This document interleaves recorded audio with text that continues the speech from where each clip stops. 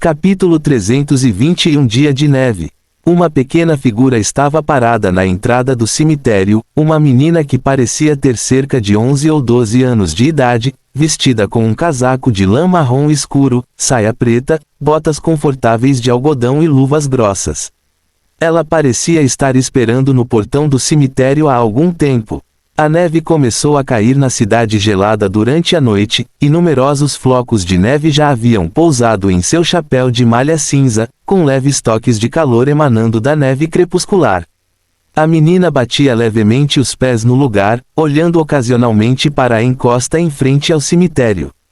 Quando o zelador apareceu, ela imediatamente sorriu e acenou energicamente para ele. Aqui de novo. Ao ver a menina, o zelador idoso não pôde deixar de murmurar, seu tom soava um tanto impaciente, mas ele ainda apressou seus passos e se aproximou dela. Anne, o velho franziu a testa, examinando a garota à sua frente. Você veio sozinha mais uma vez. Já lhe disse inúmeras vezes que um cemitério não é lugar para uma criança como você visitar sozinha, especialmente perto do anoitecer. Eu já informei minha mãe, respondeu a garota chamada Anne alegremente. Ela disse que está tudo bem, desde que eu volte para casa antes do toque de recolher. O velho zelador observou calmamente a garota sorridente diante dele. A maioria das pessoas na área não gostava do zelador do cemitério e evitava chegar perto daquele lugar assustador e perigoso, mas sempre havia exceções, como uma garotinha que não tinha medo dele. Senhor zelador, meu pai já esteve aqui? Anne olhou com expectativa para o velho curvado vestido de preto. Seus olhos turvos, que normalmente assustavam os outros, não a deixavam inquieta. Não, respondeu o velho zelador como sempre, sua voz tão fria e inflexível quanto o vento ecoando pelo cemitério. Ele não estará aqui hoje. Anne não pareceu desapontada, apenas sorriu como sempre fazia. Então voltarei amanhã e perguntarei novamente. Ele também não estará aqui amanhã. Anne continuou a olhar para cima, mas ele virá eventualmente, certo? Desta vez, o velho consistentemente frio e inflexível finalmente parou por um momento. Não foi até que flocos de neve pousaram em suas sobrancelhas que seus olhos turvos mudaram ligeiramente. O falecido eventualmente se reunirá em um cemitério e experimentará a paz eterna além daquela porta, mas não necessariamente em um cemitério deste mundo, e não necessariamente neste cemitério. Oh, Anne respondeu, mas parecia que ela não levou isso a sério. Ela apenas virou a cabeça, olhou para o portão trancado e perguntou curiosamente, posso entrar e dar uma olhada? Quero me aquecer perto do fogo da sua casinha. Hoje não, o velho balançou a cabeça. O cemitério número 3 está em uma situação única, com os guardiões da igreja estacionados lá dentro, e hoje não está aberto ao público. Você deveria ir para casa, garota. Tudo bem, Anne assentiu, um pouco desapontada. Ela então vasculhou sua pequena bolsa e tirou um pequeno pacote embrulhado em papel áspero para entregar ao velho. Então isto é para você, são biscoitos que minha mãe fez. Ela disse que nem sempre posso causar problemas. O velho olhou para o item na mão da garota e depois para os flocos de neve em seu corpo. Ele estendeu a mão, aceitou os biscoitos e tirou casualmente os flocos de neve do chapéu de tricô dela. Aceito. Você deveria ir para casa mais cedo. Tudo bem, tome cuidado também, vovô, disse Anne. Com um sorriso e um aceno de cabeça, ela ajustou o cachecol e as luvas antes de descer o caminho em direção à área residencial da cidade. No entanto, depois de dar apenas alguns passos, o velho zelador gritou de repente, Anne! Anne, você já tem 12 anos, afirmou o velho, olhando calmamente nos olhos da menina enquanto estava no crepúsculo. Você ainda acredita nas coisas que eu lhe disse quando você tinha 6 anos? A garota fez uma pausa e olhou para o zelador do cemitério, intrigada. Todos os mortos viriam para este cemitério, não importa o quão dispersos estivessem em vida, o saguão de Bartok seria seu local de encontro final. Esta afirmação estava escrita nas escrituras da igreja, mas quando confrontados com o mesmo provérbio, adultos e crianças de 6 anos sempre teriam interpretações diferentes. Anne, de 12 anos, ficou ali parada, perplexa por um longo tempo, enquanto o zelador do cemitério vestido de preto permanecia como uma estátua de ferro rígida e fria perto do portão alto e trancado, com pequenos flocos de neve dançando entre eles e o frio do inverno envolvendo o crepúsculo. De repente, Anne riu e acenou para o velho. Então você pode pensar que vim aqui para ver você. Minha mãe disse que os idosos precisam de alguém com quem conversar regularmente. A garota se virou e saiu correndo, deslizando graciosamente pelo caminho cada vez mais nevado como uma andorinha. Ela escorregou no final da encosta, mas levantou-se rapidamente, tirando a neve da saia e da calça térmica, e partiu apressadamente. Pessoas idosas, o velho zelador observou a figura da menina recuando, apenas resmungando depois que ela fugiu para longe. Essa criança está se tornando um tanto travessa. Quebrar as expectativas de uma criança é ainda pior. Uma voz feminina jovem e ligeiramente rouca emergiu de repente do lado, interrompendo os resmungos do velho zelador. Você não precisava dizer isso agora. A criança de 12 anos vai aos poucos entendendo o que precisa, e às vezes nós, adultos de coração duro, não precisamos expor nenhuma verdade. O velho zelador se virou e viu Agatha, a porteira, vestida de preto e enfaixada, que de alguma forma já havia aparecido na entrada do cemitério, com o portão do cemitério anteriormente trancado agora aberto. Ele balançou a cabeça, deixe-a continuar esperando que seu pai seja enviado para este cemitério, e então ela vem aqui sozinha no frio da neve. Isso é ruim? Pelo menos quando você fala com ela, você parece ter algum calor. Isso não é algo que um porteiro deveria dizer. Agatha balançou a cabeça, não disse nada e virou-se para caminhar em direção ao caminho interno do cemitério. O velho zelador a seguiu, primeiro trancando o portão, depois indo até a cabana do zelador para guardar os itens que havia comprado.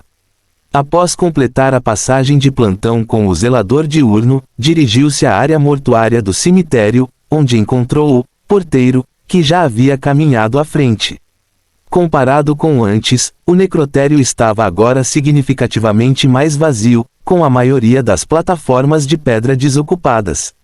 Apenas alguns caixões simples foram colocados nas plataformas nas bordas. Ao redor daqueles poucos caixões, pelo menos 2 guardiões da igreja estavam em cada plataforma, e varas pretas estavam espalhadas por todo o espaço aberto entre as plataformas. Os cajados pretos eram o equipamento característico dos guardiões da Igreja da Morte. Eles inseriram as aduelas no chão próximo e penduraram lanternas sagradas no topo das pontas para manter uma pequena área sagrada, que pudesse efetivamente neutralizar as forças corruptoras dos seres superiores. Neste momento, o crepúsculo havia se aprofundado e a neve tornava o céu mais escuro do que o normal nesta hora. No cemitério cada vez mais escuro, as lanternas penduradas no topo das aduelas ardiam silenciosamente como fogueiras de fósforo, criando uma atmosfera serena, mas misteriosa. Nós nos preparamos bastante aqui, mas parece que o visitante não tem intenção de retornar a este lugar tão cedo, comentou Agatha casualmente ao ver o velho zelador aparecer. Tem certeza de que o visitante revelou informações sobre sua volta? Você deveria confiar nas habilidades hipnóticas dos psiquiatras profissionais. O velho zelador encolheu os ombros, fez uma pausa e acrescentou: não consigo me lembrar da maior parte do que aconteceu naquele dia, e o zumbido está gradualmente desaparecendo da minha mente. Porém, depois de várias sessões de hipnose, consigo me lembrar de algumas coisas. A mais clara é a intenção do visitante de retornar antes de partir. Agatha ficou em silêncio por 2 ou 3 segundos antes de falar suavemente, mas há outra possibilidade. Um ser superior como esse pode ter uma percepção de tempo diferente da dos humanos. Sua visita de retorno pode ser amanhã, daqui a alguns anos, ou mesmo depois de sua morte, entrando em contato com você de uma forma que transcende a vida e a morte. Você não pode ser mais otimista. Este é o resultado da discussão do grupo consultivo da igreja. O velho zelador bufou evasivamente, seu olhar varrendo os guardiões vestidos de preto no cemitério e as lanternas acesas silenciosamente no topo das aduelas. Só espero que esses arranjos não irritem o visitante, e não sejam considerados uma ofensa ou uma armadilha. Afinal, sabemos muito pouco sobre isso. Todos esses arranjos são meramente para nossa própria proteção, disse Agatha. Afinal, embora você afirme que sua perda de controle em suas visões foi devido à inalação de muito incenso, nenhum de nós sabe se o visitante tem tendência a liberar contaminação mental intencionalmente. Para enfrentar um ser sobrenatural superior, devemos pelo menos garantir a nossa própria sanidade.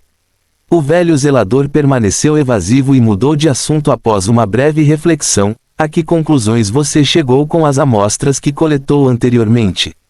Você quer dizer aqueles cultistas ou os corpos que se transformaram em lama?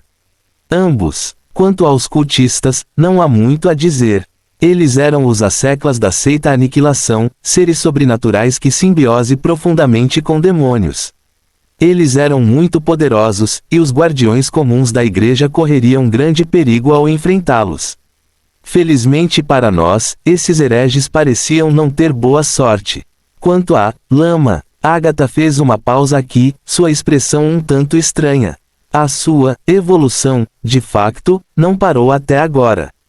Quando saí da catedral, essas coisas ainda apresentavam constantemente novas formas e propriedades. No período passado, eles exibiram brevemente um estado semelhante ao metal e ao rock, dando a impressão, como se fosse algo frequentemente mencionado pela seita Aniquilação em seus ensinamentos heréticos. O velho zelador franziu a testa lentamente. Você quer dizer, essência primordial?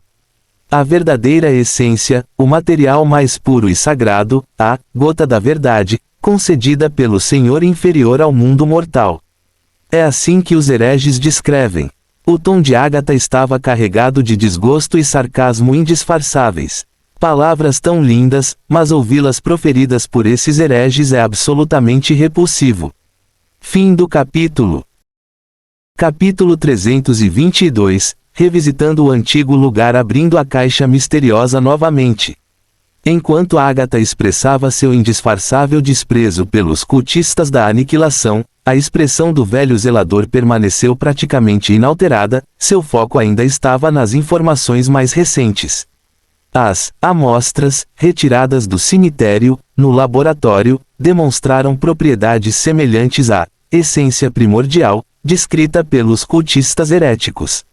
Não importa quão insanos e equivocados fossem os hereges, e independentemente de como as suas teorias distorcidas desafiassem a moralidade, como membro da Igreja Ortodoxa, o velho zelador tinha que compreender a informação dos hereges, as suas doutrinas fanáticas e o seu sistema de conhecimento altamente contaminado.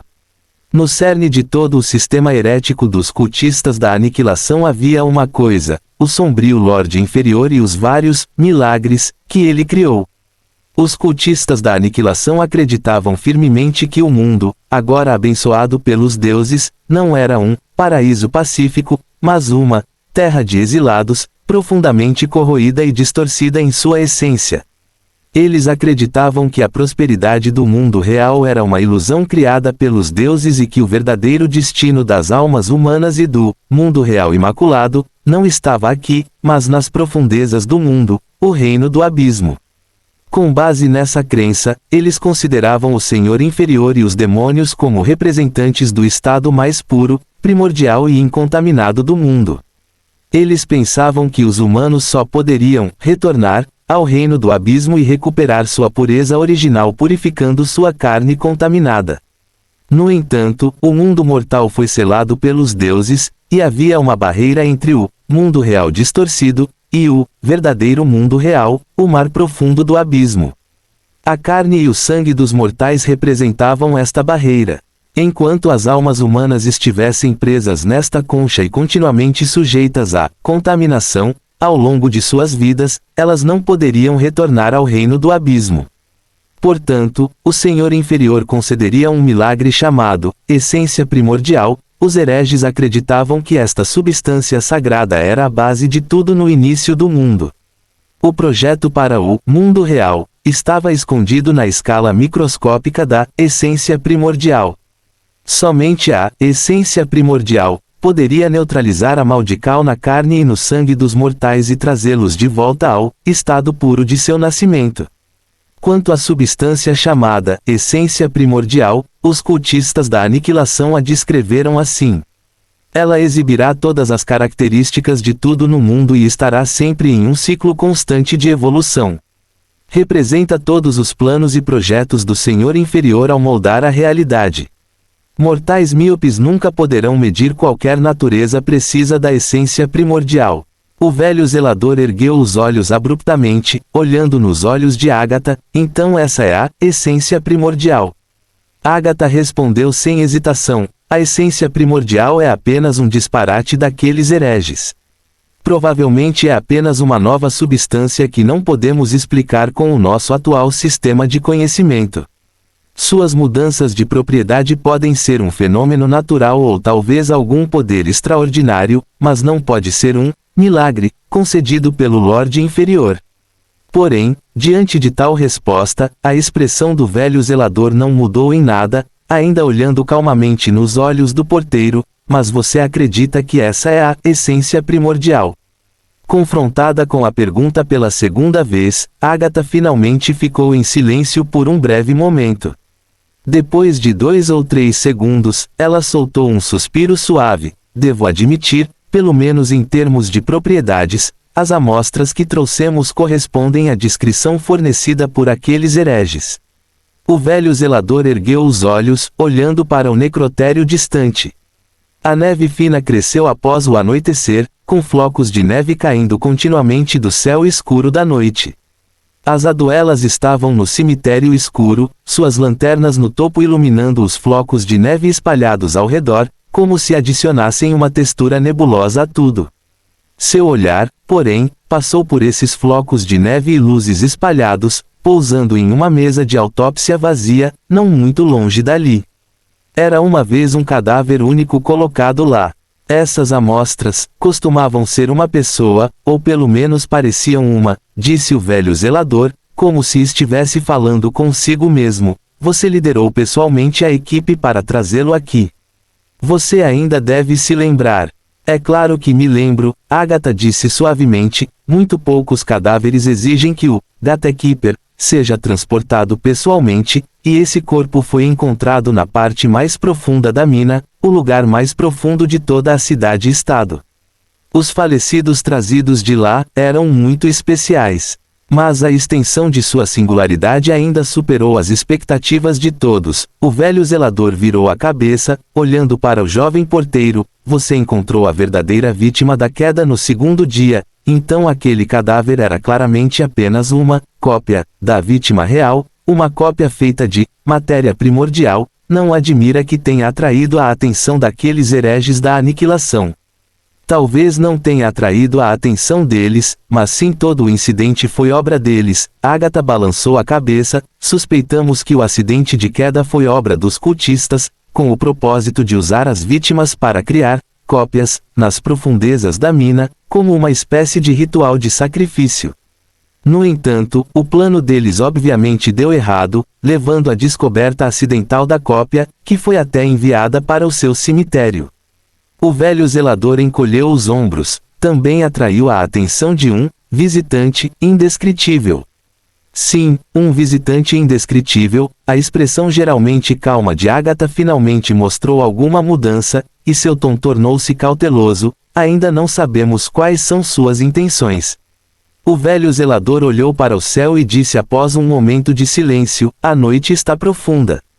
O cemitério ficou em silêncio por um tempo, com uma atmosfera assustadora e tranquila envolvendo os caminhos e plataformas, permeando o vento noturno que carregava flocos de neve. Todos estavam esperando por um visitante indescritível ou por um nascer do sol tranquilo. O silêncio durou um período de tempo desconhecido. Quando Ágata estava prestes a persuadir o velho zelador a descansar primeiro na cabana, um som suave de batida de repente soou na escuridão. De um caixão próximo, surgiu uma voz clara e baixa. Por que você parou de falar? Quando tal voz veio de repente do cemitério silencioso, até mesmo os bem treinados guardiões da igreja não puderam deixar de ficar momentaneamente assustados e surpresos. Agatha até sentiu que os flocos de neve flutuando à luz da lamparina pareceram estagnar por 1 ou 2 segundos. No segundo seguinte, todos os guardiões rapidamente se reuniram em torno do caixão que emitia o som, com o barulho das botas pisando na neve se intensificando. Agatha quase instantaneamente se transformou em uma sombra pálida, aparecendo ao lado da mesa de autópsia em um piscar de olhos, olhando atentamente para o caixão que havia feito o som. Depois de respirar fundo algumas vezes, ela conseguiu perguntar com a voz mais calma possível: "Você é o visitante de 2 dias atrás? Por favor, desculpe minha intrusão, espero não ter assustado você." Duncan pensou por um momento, então cumprimentou casualmente de dentro do caixão: "Eu vim alguns dias atrás, mas havia alguns cultistas causando problemas, então minha interação com o zelador não foi muito tranquila." Passos soaram nas proximidades, e o velho zelador, com um olhar cauteloso, aproximou-se cuidadosamente do caixão. Ele rapidamente olhou para o caixão de madeira escura e depois desviou o olhar. Embora desta vez ele não tenha sido afetado pelo incenso, sua clarividência não saiu do controle, e ele até tomou antecipadamente uma poção para resistir à contaminação espiritual. No entanto, a sombra psicológica do último contato foi severa, tornando o velho soldado experiente extremamente cauteloso. "Você acabou de chegar?" Depois de se acalmar um pouco, o velho zelador finalmente quebrou o silêncio. "Estou aqui desde que você começou a discutir essa coisa da essência." A voz de Duncan veio do caixão. "Senti como se tivesse ouvido alguma informação interessante, mas de repente você parou de falar." Agatha ergueu os olhos, intrigada, e trocou olhares com o velho zelador. Seus lábios se moveram levemente, mas sua voz entrou diretamente na mente do velho zelador: "Esse visitante é, realmente tão acessível?" O velho zelador encolheu os ombros, também movendo levemente os lábios: "Como eu saberia?" Os 2 oficiais da igreja se comunicaram brevemente antes de Agatha fazer um gesto gentil para os arredores, sinalizando aos guardiões para recuarem. Duncan já havia sentido a atmosfera ao seu redor, de dentro do caixão, muito antes. Ele estava ali deitado há mais de alguns minutos, ouvindo com paciência e curiosidade desde que o velho zelador e a jovem começaram a discutir a essência. Agora, sentindo a atmosfera se dissipando, ele disse casualmente com um sorriso: "Há algumas pessoas aqui esta noite." "Não queremos ofender", Agatha respondeu imediatamente com cautela, pois ainda não conseguia determinar as origens deste visitante. Mas pelo menos a outra parte não demonstrou nenhuma hostilidade inicial, então ser educado foi o primeiro passo para lidar com uma existência divina, superior e não hostil. "Os arranjos aqui são apenas para proteger nossa própria sanidade." "Ah, eu entendi. Muitas vezes as pessoas começam a falar comigo e de repente enlouquecem." "Para ser honesto, é bastante problemático." A voz de Duncan carregava uma pitada de diversão. "É bom que vocês saibam como se proteger." Agatha franziu a testa. Ela já havia lidado com muitos seres sobrenaturais antes, alguns dos quais eram extremamente maliciosos ou caóticos e perigosos, mas esta foi a primeira vez que ela encontrou alguém que conversava com ela de forma tão casual. "Podemos saber quem você é?" Depois de um momento de hesitação, ela finalmente reuniu coragem para perguntar. Duncan ponderou seriamente dentro do caixão. Então ele relembrou a gloriosa conquista dos desaparecidos arrastando as 13 ilhas de Witherland para o subespaço e a conexão entre as 13 ilhas e a Igreja da Morte. "Apenas um viajante sem nome. Não fique curioso sobre meu nome, é melhor para nós dois." Fim do capítulo. Capítulo 323 À beira da morte. Após uma consideração minuciosa, Duncan decidiu manter sua identidade oculta por enquanto, desde que aprendeu sobre a extraordinária história dos desaparecidos. Há um século, ele destruiu sozinho o principal ponto de encontro da Igreja da Morte, empregando uma técnica horrível que a arrastou para o subespaço. Este ato poderia ser comparado à aniquilação de Plend na frente de Gomona, sem deixar rastros. Duncan pensou que se ele se revelasse como Capitão Duncan, agora, aqueles que estavam fora do caixão poderiam começar a cantar fervorosamente e a se sacrificar imediatamente. Nesse ponto, seria tarde demais para esclarecer qualquer coisa. Ele já havia testemunhado a fé inabalável dos seguidores antes, como Vanna, que não tinha nenhum ressentimento profundo contra ele, mas ficou agitado com a simples visão dele. Os atuais devotos da Igreja da Morte e os desaparecidos compartilhavam uma rivalidade sangrenta de um século. No entanto, a evasão de Duncan assumiu um significado diferente para Agatha e o zelador idoso. O jovem porteiro e o velho zelador do cemitério trocaram um olhar astuto. É uma forma de proteção, sussurrou o primeiro, os nomes dos transcendentes superiores carregam poder.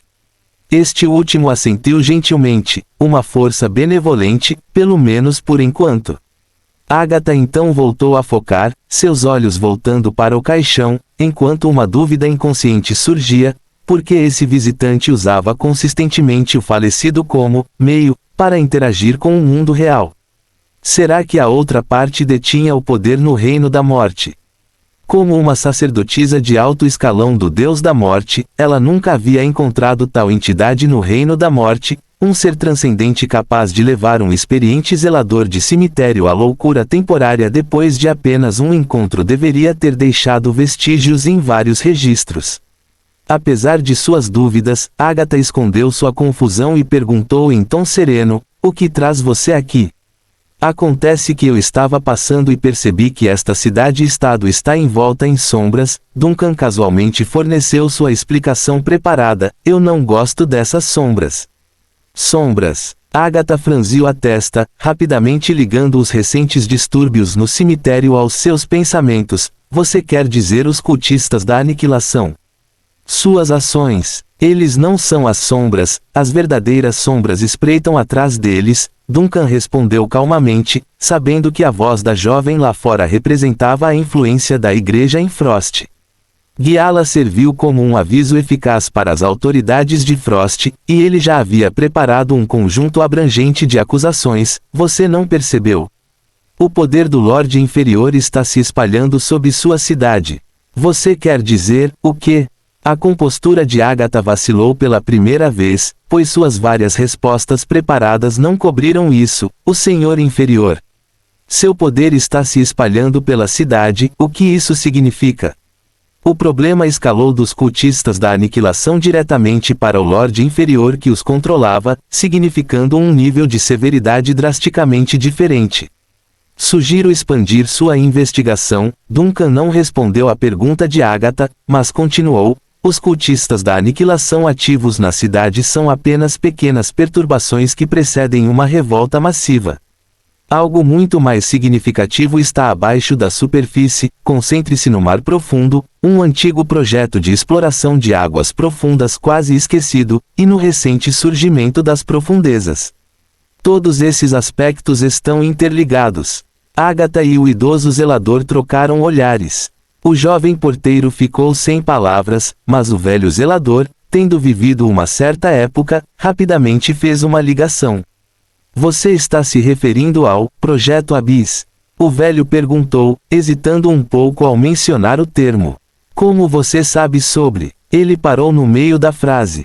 Não foi muito surpreendente que um ser superior com um status claramente elevado estivesse a par de alguns segredos do mundo mortal.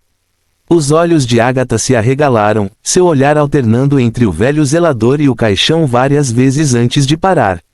Ela sussurrou apressadamente para o velho ao lado dela, preciso informar a prefeitura, a Ilha da Adaga pode estar em risco. O velho zelador respondeu com suavidade e urgência, você deveria ir imediatamente. Enquanto sussurravam, a voz de Duncan veio novamente do caixão sombrio, bem, já entreguei meu aviso, então não vou ficar mais tempo. Agatha, pega de surpresa, perguntou instintivamente, você já está indo embora? Tenho outros assuntos para tratar, respondeu a voz do caixão, aparentemente sem tempo, se surgir a oportunidade, irei visitá-lo novamente. Com isso, o caixão ficou em silêncio. O visitante havia saído, de fato, de forma bastante abrupta. Agatha e o velho zelador ficaram um tanto perplexos, não esperando que o misterioso convidado chegasse e partisse tão repentinamente após dar um aviso. Este comportamento enigmático parecia ainda mais desconcertante para eles. Enquanto os dois permaneciam perplexos no cemitério, Duncan já havia retornado ao espaço escuro e turbulento. Sua partida foi realmente precipitada. Em seu plano inicial, Duncan pretendia ficar no cemitério por um tempo. No entanto, momentos antes, ele inesperadamente sentiu algo incomum enquanto estava no mundo espiritual. Em meio à escuridão sem limites repleta de luz das estrelas, Duncan olhou para cima, seu olhar focado em um local próximo. As estrelas finas e densas que representavam os seres de Frost brilhavam no vazio, e uma dessas estrelas exibia uma flutuação irregular, emanando uma aura peculiar. Duncan se aproximou e examinou aquela estrela, descobrindo que a luz diminuía rapidamente, como se significasse que uma vida outrora animada estava desaparecendo rapidamente. No entanto, algo se aproximou furtivamente da borda da luz enfraquecida, tentando enredar a luz das estrelas. Após um momento de reflexão, Duncan alcançou a luz das estrelas. Reticências. Na superfície do mar gelado, envolto em escuridão, alguns pedaços de destroços que escaparam das garras do redemoinho flutuavam com as ondas. Eles foram levados em direção à parte norte de Frost, levados pelas correntes.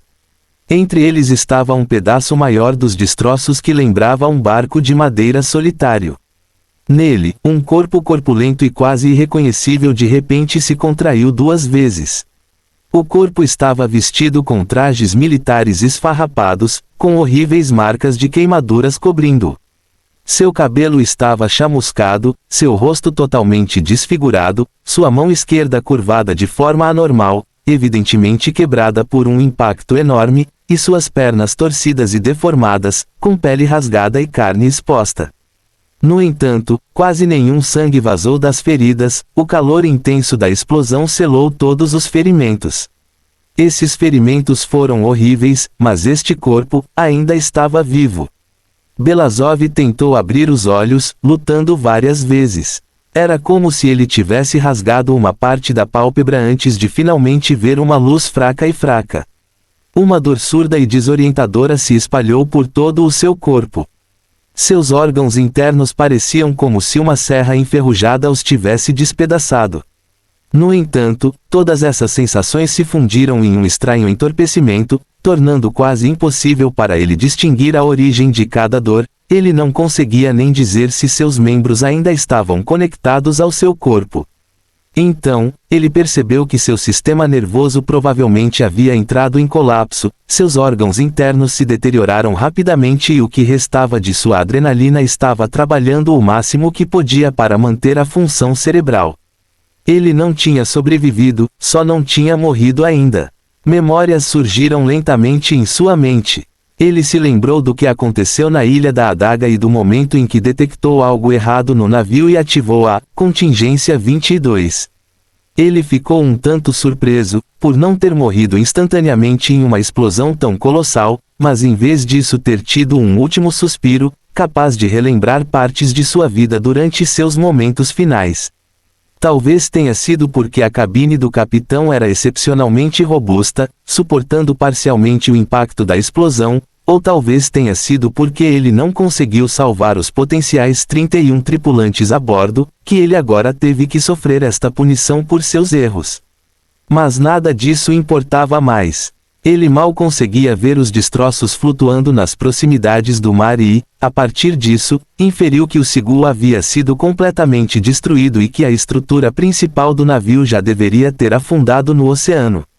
Ele não teve tempo para pensar se os destroços que mergulharam no oceano iriam desencadear outras consequências imprevistas. Ele cumpriu o seu dever e fez tudo o que estava ao seu alcance para honrar o seu juramento de lealdade. O resto estava fora do seu alcance. Belazov exalou lentamente, esperando calmamente que o deus da morte, Bartok, abrisse as portas para ele em meio à sensação dilacerante em seu peito. Porém, o primeiro a chegar para guiá-lo não foi um mensageiro da morte. Sob a luz fria da criação do mundo pendurada no céu noturno, um jovem alto com um casaco azul e segurando uma bengala se materializou na beira dos destroços flutuantes. Ele podia ver a corrente escura que se estendia da têmpora do jovem, pairando no ar cheio de poeira enquanto estava conectada a uma criatura peculiar com contorno semelhante a uma água-viva. Fim do capítulo. Capítulo 324 Informações cruciais. Em seus momentos finais de consciência, Belazov vislumbrou a figura parada na beira dos escombros. O rosto alto, esguio e um tanto pálido do estranho refletia-se em seus olhos. Junto com isso, a corrente escura pairando no ar e o demônio das sombras no final da corrente, a água-viva, apareceram em seu campo de visão. Após um breve instante de perplexidade, Belazov finalmente se lembrou de uma sequência de eventos. Ele reconheceu a figura e os momentos que haviam sido consistentemente escondidos de sua consciência. Ele lembrou que quando chegou à ilha da adaga, o herege alto e magro estava na praia. Quando ele entrou na câmara secreta, o estranho caminhou ao lado dele. Quando voltou para o Sigul, o estranho estava dentro da cabine. Os olhos de Belazov se arregalaram e sua pele queimada pareceu fraturar. Ele queria gritar, falar, mas tudo o que conseguiu foi um leve assobio vindo de seu peito. Simultaneamente, a figura alta e esguia com o rosto pálido finalmente baixou o olhar e olhou para o general moribundo. Eu admito, fui descuidado, o homem alto, esguio e pálido falou com serenidade, praticamente sem emoção em seu tom, como se estivesse se dirigindo a um tronco em decomposição e não a uma pessoa. Quando você estava vagando pelo navio, presume que estivesse apenas inspecionando as diversas estações. General Belazov, devo admitir, seu desempenho foi bastante convincente. Belazov simplesmente olhou para o estranho, a fúria fervendo dentro dele, mas ele não conseguia mais comandar seu corpo outrora poderoso. Que pena, você estava prestes a se tornar um mensageiro. O homem alto e esguio balançou a cabeça com pesar. Apresentando a glória do Lorde Inferior às cidades-estado, libertando os plebeus atormentados de suas conchas corrompidas e inaugurando o primeiro paraíso nesta realidade, contaminada e distorcida, uma oportunidade tão magnífica, e você a desperdiçou, só mais um pouco ir. Ele, retico, Belazov finalmente forçou um som fraco de seu peito. Seus dentes e ossos se apertaram. Você não vai tocar. Conserve sua energia, general. O homem alto e esbelto deu um passo à frente, olhando para o homem moribundo em meio aos destroços. Aceite sua morte pacificamente, e as bênçãos do Lorde Inferior concederão ao seu lamentável corpo uma nova vida. Você perdeu sua chance de se tornar um mensageiro, mas o compassivo Lorde Inferior não abandonará sua alma angustiada. Com esse murmúrio aparentemente encantador, o homem alto e esguio estendeu lentamente a mão direita, e a água-viva flutuando atrás dele também subiu e se contorceu, emitindo progressivamente um brilho vermelho cada vez mais brilhante de sua forma semelhante a vapor. A luz carmesim refletiu nos olhos cada vez mais escuros de Belazov, e seu corpo esfriou, sua consciência parecia ter desaparecido completamente, não respondendo mais ao mundo externo. Foi necessário um pouco mais de esforço do que o esperado. O homem alto e esbelto balançou a cabeça, eventualmente revelando alguma emoção em sua voz. Droga, se não fosse por aquela rainha, TSK. Os estranhos e viscosos sons de deslizamento e deslizamento começaram, e a água do mar ao redor dos destroços começou a gerar uma espuma preta anormal. Dentro da espuma, estranhas substâncias parecidas com lama emergiram lentamente e se espalharam continuamente em direção ao corpo de Belazov. No entanto, apenas um segundo antes de as substâncias parecidas com lama estarem prestes a entrar em contato com seu corpo, elas pararam abruptamente. Até mesmo a turbulenta água do mar próxima parecia congelar e estagnar. O homem alto e esguio olhou surpreso para a cena, tentando instintivamente se reconectar com a água-viva, na esperança de aproveitar o poder do feitiço enigmático para completar o ritual iminente. Mas no momento seguinte, ele viu o general, que antes não respondia, se agitar de repente. Sua resiliência é verdadeiramente notável. O homem alto e esbelto não pôde deixar de franzir a testa. Não seria mais sensato aceitar seu destino pacificamente, General Duncan? Não. O corpo musculoso deitado no centro dos destroços, quase carbonizado, abriu os olhos novamente, olhando calmamente para o aniquilador, que compartilhava uma relação simbiótica com o demônio das sombras. Continue. Se não fosse por aquela rainha, o que você ia dizer a seguir? O homem alto e esbelto piscou. Algo estava errado. Ele não sabia o que havia acontecido, mas todos os seus instintos de repente gritaram alarmados naquele instante. Uma terrível sensação de perigo iminente parecia inundar sua alma, saturando sua mente. Ele olhou atentamente para o corpo que reabriu os olhos, instintivamente querendo recuar, mas descobriu que suas pernas se recusaram momentaneamente a obedecer. Pouco depois, o homem alto e esbelto finalmente observou a transformação peculiar no corpo do General Duncan. Sua respiração era constante e robusta, sua voz era profunda e composta e seus olhos estavam cheios de vigor. O homem que estava à beira da morte há poucos momentos parecia ter recuperado toda a sua força vital. O general até se sentou. Se não fosse por aquela rainha, o que você diria a seguir? Duncan levantou-se lentamente, sua altura imponente permitindo-lhe olhar para o cultista à sua frente. Ele olhou nos olhos do homem, seu tom solene e composto. A rainha que você mencionou, é a rainha gélida, Rhaenora. Enquanto falava, seu olhar caiu sobre a água-viva pairando no ar, que já havia começado a reagir. O demônio das sombras poderia detectar coisas que as pessoas comuns não conseguiam. Embora a água-viva não tivesse órgãos sensoriais, ela parecia ver a verdade dentro do corpo chamuscado. Agora ele tremia, o tremor ficando cada vez mais intenso, e gavinhas de sombra negra já escapavam de suas bordas, abrindo a passagem entre o enigmático mar profundo e o mundo real. Duncan não pôde deixar de sentir uma pontada de arrependimento em seu coração. Se não fosse por esse demônio das sombras, teria sido mais fácil para ele manter a fachada de um general moribundo e reunir mais informações. Quem é você? O aniquilador finalmente entendeu o que estava acontecendo. A intensa sensação de incongruência e os persistentes sinais de perigo do demônio simbiótico foram suficientes para alertá-lo sobre a gravidade da situação. Mesmo que ele não pudesse deduzir o que havia acontecido, ele poderia ter certeza de que a alma dentro do corpo diante dele não era mais a original. Se você está apenas de passagem, não tenho intenção de instigar conflito com você. Recorrendo à civilidade agora, Duncan ergueu uma sobrancelha, sentindo que o cultista diante dele era mais astuto do que os dois que encontrou no cemitério. Então você poderia muito bem me dizer o que você e seus camaradas planejaram e como isso envolve a Rainha do Gelo. Enquanto falava, ele de repente olhou para a água-viva, pairando no ar. Nem pense em escapar. A água-viva vaporosa tremeu violentamente, e as fissuras negras que a cercavam se quebraram e se dissiparam em um instante, emitindo um som agudo e dilacerante. O enigmático caos demoníaco era simplório, mas movido pelo instinto, parecia ouvir conselhos. O homem alto e magro percebeu então que seu demônio simbiótico havia acabado de tentar abrir uma passagem escondida, fazendo com que um medo retardado tomasse conta de sua mente.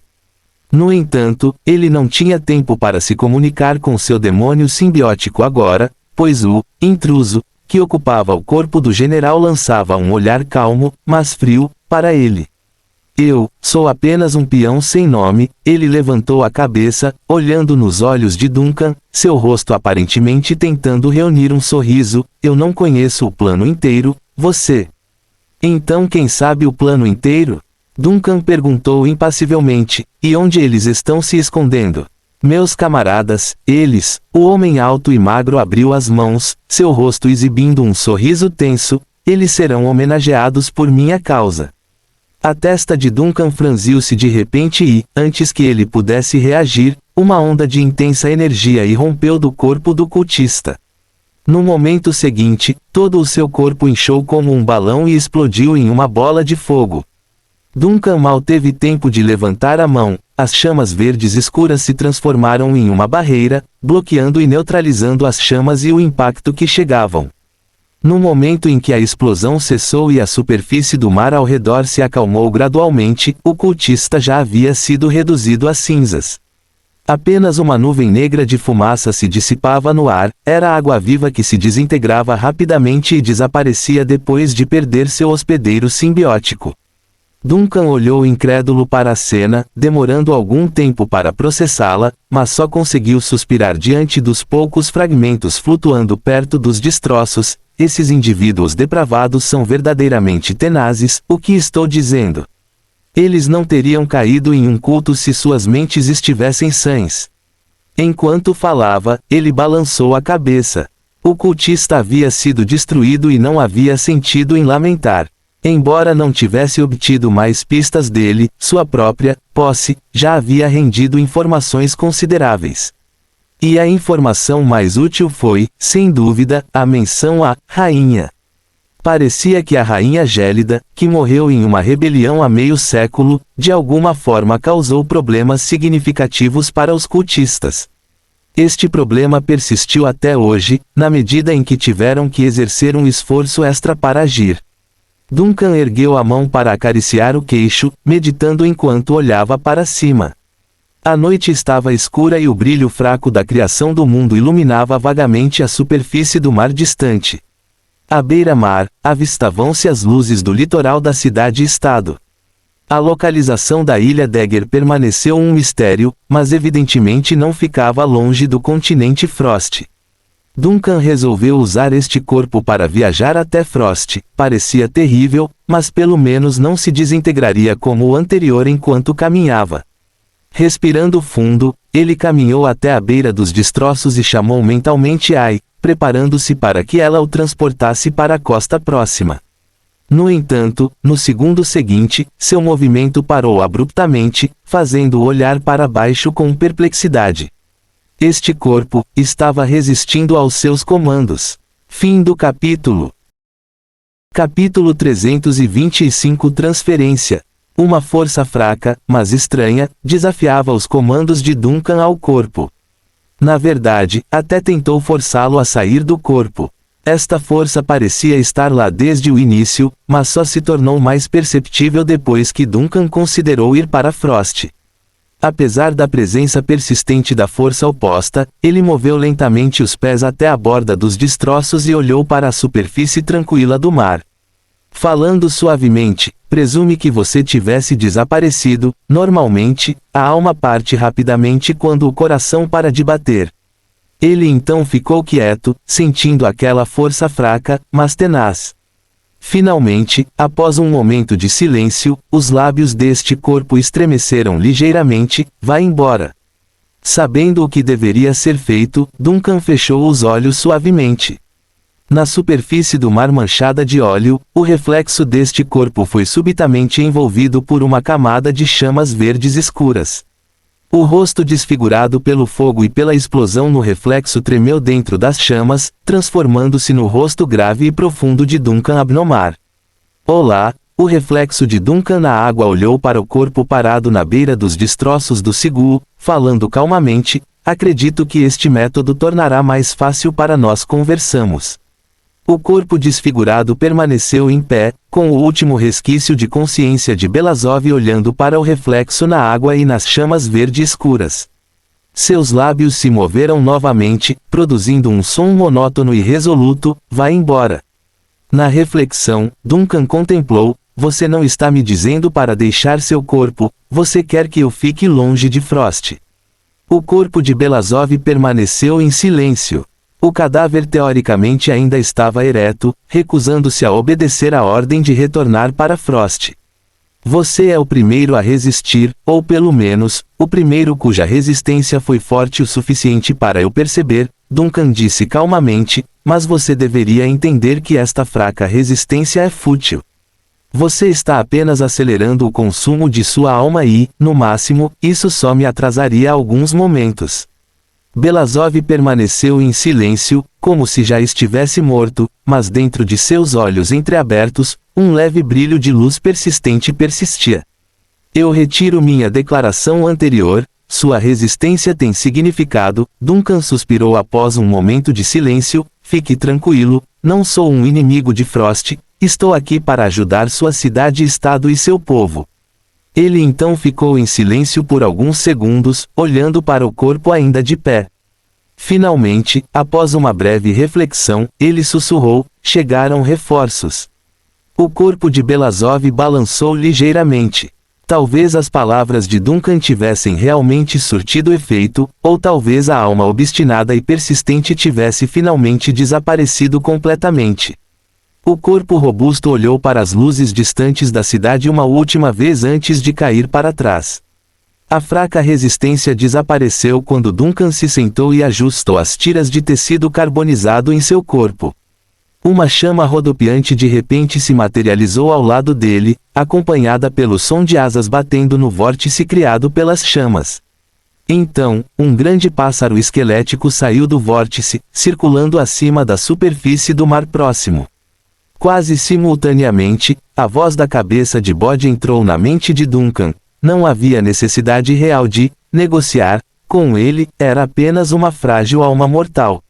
Fraco, mas digno de respeito, disse Duncan enquanto estendia a mão para o lado. A imediatamente voou para o seu lado, e as chamas verdes ardentes se transformaram em uma porta, subindo ao lado dele. Estou indo para Frost, que será meu foco principal. Você será responsável pelos desaparecidos. Além disso, diga a Alice para preparar algumas bandagens e um casaco e estar pronta para receber meu comando a qualquer momento. As chamas espirituais irromperam e o corpo de Duncan se fundiu com o fogo. No instante seguinte, eles se transformaram nas chamas ascendentes ao lado de Ai. Então, um raio de luz semelhante a um meteoro disparou do mar para o céu, voando diretamente em direção a Frost. Reticências. Simultaneamente, nos mares quentes do sul, a cidade-estado tecnológica governada pelos elfos de Wind Arbor estava situada.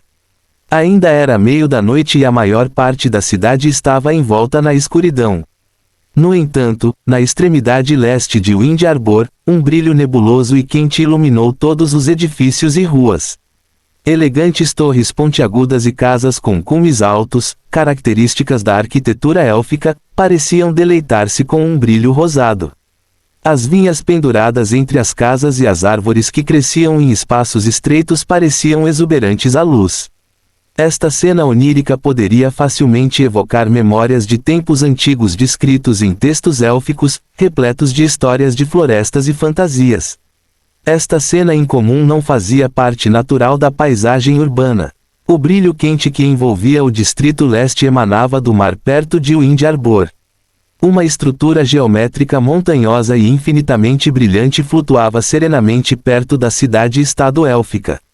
Embora o seu maior limite ainda estivesse a mais de 10 milhas náuticas da cidade, o brilho maravilhoso que emitia era suficiente para afetar quase metade da cidade.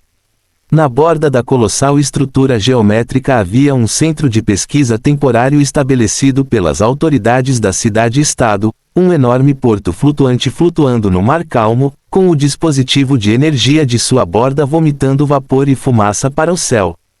Complexas torres de trabalho mecânico carregavam e descarregavam navios cargueiros atracados no porto, e pequenas lanchas viajavam constantemente entre a base flutuante e a estrutura geométrica brilhante, trabalhando incansavelmente. Essas pequenas lanchas entraram na estrutura geométrica brilhante para transportar pessoal, suprimentos ou trocar informações vitais com navios de pesquisa próximos à esfera central de pedra. Todos esses processos intrincados, movimentados e eficientes foram calculados e coordenados pelo enorme motor diferencial movido a vapor no centro da base flutuante. Naquele momento, um navio de guerra mágico, com um estilo completamente diferente das embarcações locais estava atracado próximo à base flutuante construída pelos elfos.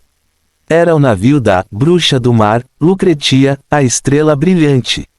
A boneca mecânica, Lune, caminhou rapidamente até o convés superior do Bright Star, onde sua senhora estava no convés, olhando para a bela e elaborada torre no centro da base marítima. Senhora, Lune se aproximou de Lucretia por trás e curvou-se levemente. A equipe de pesquisa do estudioso Taran-El retornou da vizinhança da esfera de pedra central, e está atualmente descansando na base. Quando você planeja se encontrar com ele? À tarde, respondeu Lucretia sem virar a cabeça. Deixe o estudioso élfico descansar um pouco. Desde que rebocamos este objeto brilhante para o Ind Arbor, ele não tem descansado muito. Estou genuinamente preocupado que ele possa desabar na minha nave. A boneca mecânica Lune pensou por um momento. Podemos encontrá-lo na base marítima sem que ele embarque no navio. Lucrécia, Lune, sim, seu senso de humor melhorou. Obrigado pelo elogio. O canto da boca de Lucretia se contraiu e ela olhou mais uma vez para a torre central da base. Os tubos de liberação de pressão em ambos os lados da torre estavam expelindo névoa, indicando que o dispositivo de potência da máquina diferencial estava equilibrando automaticamente a carga geral. Parecia que desta vez o mestre Taran-El realmente trouxera uma riqueza de informações valiosas. Os elfos realmente possuem habilidades matemáticas e mecânicas notáveis. Trazer esse objeto para o Ind Arbor foi a decisão certa. Lucretia suspirou suavemente. Somente aqui uma equipe de pesquisa em grande escala poderia ser organizada a qualquer momento e essas instalações de alto nível poderiam ser fornecidas. Mok também poderia fazer isso, disse Lune. Afinal, é a sede da Academia da Verdade. O número de estudiosos e as condições de pesquisa lá são ainda melhores do que aqui. Está muito longe e muito perto dos mares centrais. Não pretendo deixar a Bright Star rebocar um enorme objeto extraterrestre através das principais rotas marítimas. Isso perturbaria as cidades-estado do interior que não passaram por muita turbulência. Lucretia balançou a cabeça, sem falar que a Igreja dos Quatro Deuses está especulando que é um fragmento que caiu da Visão 001. Objetos deste calibre, é melhor estudá-los na periferia da civilização. Lune pensou por um momento e curvou-se ligeiramente. Seu julgamento é bem fundamentado. Lucretia não reagiu ao elogio da empregada mecânica, contemplando silenciosamente outros assuntos. No entanto, de repente, pareceu que ela sentiu algo e sua expressão mudou ligeiramente. Eu preciso me afastar por um momento. Meu irmão está me procurando. Com isso, a bruxa do mar se transformou em uma enxurrada de confetes coloridos, girando pelo convés como um redemoinho, e espiralando através de uma janela aberta ao longe, retornando aos aposentos do capitão. No centro dos aposentos do capitão, a intrincada lente e o dispositivo de bola de cristal sobre a mesa começaram a emitir um brilho fraco e um leve som vibratório contínuo. A figura de Lucretia emergiu dos confetes coloridos. Ela caminhou até o dispositivo de cristal, levantou a mão e ativou a imagem dentro da bola de cristal. O rosto do almirante de ferro, Tyrian, apareceu lá dentro, e o fundo atrás dele parecia diferente da sala familiar que ela normalmente via. Irmão, Lucretia franziu a testa, sem perceber imediatamente o cenário atrás dele. Por que você está procurando por mim de repente? Tyrian sorriu enigmaticamente. Você consegue adivinhar onde estou? Fim do capítulo. Capítulo 326. Irmãos com um ótimo relacionamento.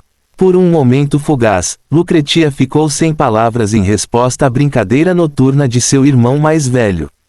A vasta extensão que o separava foi superada instantaneamente pela magia da bola de cristal, através da qual sua voz ecoou de repente na quietude da noite, trazendo consigo uma piada inesperada. No entanto, Lucretia, conhecida em todo o mundo como a bruxa do mar, rapidamente sentiu uma sensação de desconforto, apesar do humor inesperado. Não era normal que seu irmão, geralmente sério e solene, agisse dessa maneira, especialmente quando não estava sozinho como ela. Era capitão de toda uma frota, responsabilidade que exigia vigilância constante. Além disso, o pano de fundo de sua localização, visível através da bola de cristal, não era a visão familiar de seu navio, o Sea Mist. Em vez disso, parecia estranhamente reconhecível. Através da conexão etérea da bola de cristal, Tyrion observou a mudança no comportamento de sua irmã. Ele entendeu bem a preocupação dela, considerando que havia navegado de volta ao porto de origem expressamente para recuperar a bola de cristal do desaparecido. Provavelmente você não vai acreditar nisso, o capitão pirata fez uma pausa para causar efeito, exibiu um sorriso enigmático e então se afastou, revelando uma vista panorâmica da cabine em que estava atualmente através do conjunto de lentes da bola de cristal. Mas estou no meu próprio quarto, meu próprio quarto. À medida que Lucretia processava a ênfase conspícua do irmão e a imagem projetada na bola de cristal, sua confusão inicial gradualmente deu lugar à contemplação pensativa, que então se transformou em choque palpável e ansiedade. Levantando-se abruptamente da cadeira, ela gaguejou, lutando para manter a compostura anterior. Você. Tyrion voltou à visão da bola de cristal, ergueu as mãos em um gesto apaziguador e sorriu amargamente. Como você pode ver, uma série de eventos inesperados aconteceram e o resultado final é: estou aqui. Lucretia ficou momentaneamente presa ao lugar, seu reflexo na bola de cristal permaneceu em silêncio por 6 ou 7 segundos antes de ela se recompor e lentamente recuperar seu lugar. Fique tranquilo, ela disse com uma calma recém-descoberta, eu cuidarei da frota da névoa em seu lugar, junto com suas 27 contas bancárias offshore em Cold Harbor, Mock, Momenzuis Arbustro, e as 62 tesouros espalhados pelos mares do norte. Agora foi a vez de Tyrion ficar surpreso. Ele se levantou surpreso, a cor sumindo de seu rosto. Como diabos você, ele começou, uma expressão de puro terror gravada em seu rosto. Mas ele rapidamente juntou as peças do quebra-cabeça. Você marcou a névoa do mar, não foi? Não preciso recorrer a táticas tão rudimentares, rebateu Lucretia friamente. Suas habilidades de esconde-esconde nunca foram exatamente exemplares. Você se lembra de algum esconderijo escondido de suas guloseimas de infância que tenha sobrevivido à busca de suas irmãs? As feições de Tyrion se transformaram brevemente em uma máscara de surpresa antes de ele exalar um suspiro resignado. Presume que meus esconderijos foram cuidadosamente escolhidos, considerando que permaneceram intactos por todos esses anos. Inegavelmente, o que você disse tem peso, Tyrion respondeu, evitando sutilmente a conversa que estava avançando em direção a um certo nível de desconforto. Ainda assim, você não parece excessivamente preocupado com o meu bem-estar, não é? Deixando de lado as apreensões iniciais, sei que você não se envolveria em brincadeiras despreocupadas se estivesse realmente em perigo, argumentou Lucretia com um distanciamento frio. Agora, você gostaria de explicar melhor as circunstâncias. Por que exatamente você está a bordo do Vanishit? E quanto ao pai, o que? Tyrion exalou profundamente, seu suspiro pesado com implicações subjacentes. Suas conjecturas foram precisas, minha capacidade de ocultar sempre foi abaixo da média. Meu pai descobriu meu porto clandestino. Ao mesmo tempo, ocorreram alguns desenvolvimentos inesperados nos domínios de Frost. Parece que o fundo do mar despertou algo que despertou o interesse do pai. Ele está atualmente ocupado com uma investigação prática e se sentiu compelido a entrar em contato comigo. A testa de Lucretia franziu-se. Então, você já o encontrou diretamente? Tyrion estendeu as mãos, com uma pitada de ironia em sua voz, não é bastante evidente. Já estou a bordo do navio dele. Lucretia caiu num silêncio pensativo, a sua mente aparentemente lutando com algum debate interno. Depois de uma longa pausa, ela levantou o assunto com notável hesitação. Como está o pai atualmente? Tyrion parou por um momento, selecionando cautelosamente suas palavras para não colorir sua resposta com os incidentes intrigantes que encontrou nos desaparecidos. Ele está, se saindo melhor do que esperávamos. Ele conseguiu recuperar sua essência humana, tornando-se um indivíduo ainda mais tranquilo do que lembramos. Tivemos uma conversa bastante extensa sobre a frota da névoa, os mares frios, nossas vidas individuais e, surpreendentemente, até mesmo algumas referências vagas ao subespaço. As sobrancelhas de Lucretia se ergueram de surpresa. Subespaço. Sua sanidade mental tirou licença. Foi o pai quem tocou no assunto. Tyrion encolheu os ombros com indiferença.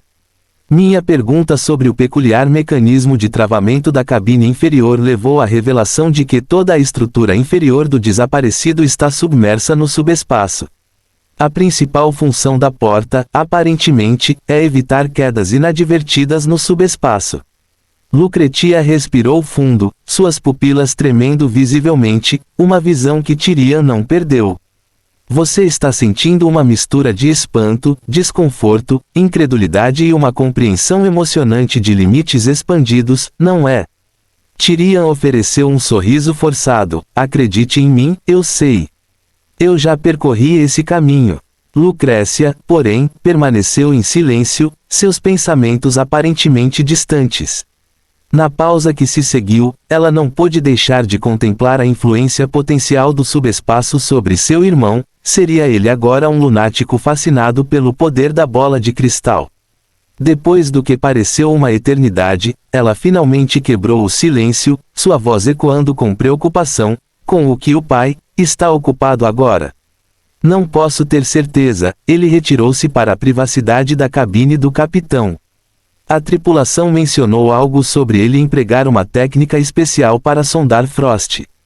Não me aprofundei nos detalhes. Há outros a bordo do navio. A surpresa de Lucretia ecoou pela bola de cristal. Tyrion parecia pronto para responder, abrindo a boca para formar palavras, mas sua resposta pretendida foi frustrada por uma batida abrupta na porta. Levantando-se da cadeira, ele pediu licença para sair da visão da bola de cristal, deixando Lucretia apurando os ouvidos, tentando distinguir os murmúrios fracos de uma conversa fora da tela. Parecia que alguém havia chegado ao quarto com uma entrega. Depois do que pareceu uma eternidade, Tyrion reapareceu na tela com um prato contendo uma torta de maçã bem quente na sua frente. Lucretia não conseguiu esconder seu espanto. Você ainda conseguiu levar torta de maçã aí? Temos acesso a água quente e um novo suprimento de mercadorias de Plend. Tyrion respondeu com indiferença. Sei que pode ser um exagero para sua imaginação, mas meu pai até refletiu sobre a perspectiva de equipar o navio com um núcleo de vapor, garantido fornecimento de água quente 24 horas por dia e a adição de geradores extras. Ao compartilhar esta notícia, ele abriu as mãos em um gesto aberto. O lado bom é que parece que o pai não se opõe mais às minhas modificações no névoa do mar. Lucrécia. O frio da brisa noturna sussurrou pela região costeira, carregando consigo um repentino raio de fogo verde espectral pelo céu. Antes que alguém pudesse registrar sua chegada, ele desceu para um canto desabitado perto do porto. Uma figura de estatura imponente emergiu das chamas, sua forma carbonizada além do reconhecimento, uma visão inspiradora e aterrorizante de se ver. Ele saiu do fogo. Sentindo o frio cortante do ar noturno, Duncan respirou profundamente, a frescura do chão penetrando em seus pés. Fisiologicamente, seu corpo não precisava mais respirar, mas ele ainda conseguia perceber a sensação do ar enchendo seu peito e o ritmo constante de sua expiração. Frost. Duncan ergueu o olhar para a cidade distante, banhada pelo brilho de inúmeras luzes, balançou a cabeça e caminhou lentamente em direção à costa. Encontrou uma poça parada e, auxiliado pela luz suave da criação do mundo, estudou seu reflexo na água.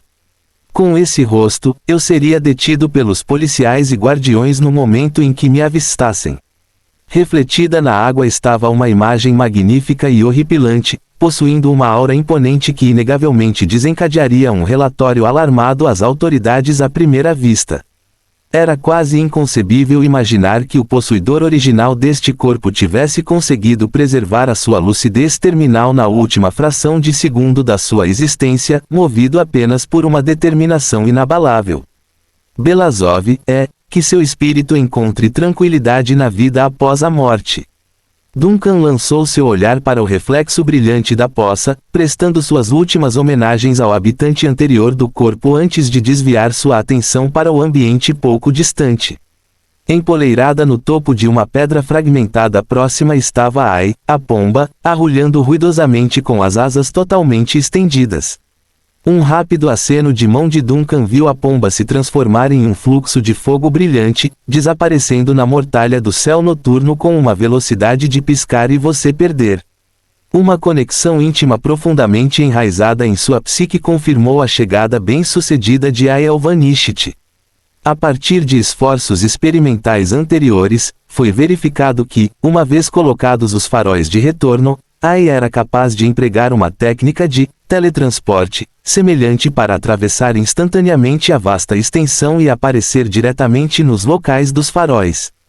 Baixando o olhar, Duncan examinou o corpo que ocupava atualmente. O avatar, que ele utilizou em suas caminhadas etéreas dentro do reino espiritual também serviu como farol de retorno para Ai. Ao fazer isso, memórias do corpo transitório que ele habitou em sua primeira noite em Frost foram acionadas. Debilitado além da medida, anomalias perceptivas e uma autodestruição instintiva logo após emergir do caixão. Naquela época, ele não tinha tido o luxo de testes extensos. No entanto, em retrospecto, ele percebeu que o órgão não lhe havia fornecido qualquer feedback sobre o estabelecimento de um farol. É uma característica inerente a uma cópia, talvez, Duncan murmurou contemplativamente, será que devido à sua forma mortal incompleta não consegue sustentar o poder? No meio da reflexão, o som crepitante de uma chama o tirou de seus pensamentos. Quase instantaneamente, uma misteriosa porta corta-fogo verde se materializou do nada ao lado dele na costa. Ai estava voltando do desaparecido. Duncan girou para encarar o portal flamejante suspenso no ar. À medida que o fogo dançava e lançava sombras oscilantes, 3 figuras gradualmente começaram a tomar forma dentro de sua iluminação bruxuleante. Esses eram os assistentes que ele pediu a Ai que trouxesse dos desaparecidos. Fim do capítulo. Capítulo 327 Desguise a Shore.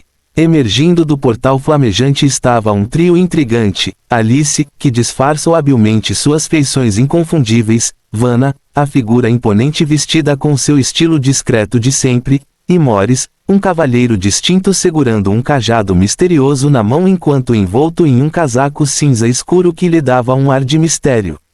Duncan, que convocou este grupo incomum, exigiu cada um para propósitos diferentes.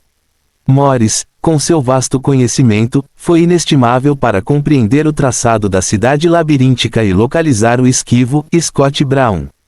Vanna, conhecida por sua busca incansável por inimigos, foi essencial para rastrear os cultistas e potencialmente forjar laços com a igreja local. A inclusão de Alice, no entanto, foi um pouco estranha. Embora Duncan não precisasse particularmente da ajuda de Alice, o interesse dela nesta aventura era tão fervoroso que ele não conseguiu dissuadi-la. Além disso, dado que ela usava o disfarce da Rainha Gélida, ele imaginou que sua presença poderia acrescentar uma pitada de entretenimento inesperado. Com as estranhas chamas espectrais do portão se dissolvendo abruptamente no ar, Ai, a fiel companheira em forma de pomba, pousou em um galho de uma árvore próxima. O frio do vento frio parecia infiltrar-se através do casaco de Morris, fazendo com que ele o apertasse mais enquanto estudava as extensões iluminadas da cidade. Alice exibia uma expressão de curiosidade, inspecionando o ambiente desconhecido, enquanto Vanna, com seus instintos aguçados, já havia avistado a figura sinistra espreitando nas sombras. Era uma figura que desafiava a natureza, um corpo que não deveria ser capaz de ficar de pé, mas que o fazia com calma e segurança. Os tênues vestígios de seu antigo traje sugeriam uma identidade perdida no tempo. Uma inexplicável sensação de conexão brotou no coração de Vanna e, com uma certeza estranha, ela concluiu que a figura que encontrou pela primeira vez era de fato o capitão. Aproximando-se de Duncan, Vanna examinou-o novamente, com a testa franzida de preocupação. Embora ela soubesse que Duncan usava avatares para navegar pelas cidades-estado, ela achou o estado deste corpo perturbador, seu corpo. Ignorando sua preocupação com uma voz calma, Duncan respondeu, na verdade, está em condições bastante decentes, a aparência é um pouco perturbadora. Localizar um avatar apropriado e compatível é um jogo de azar.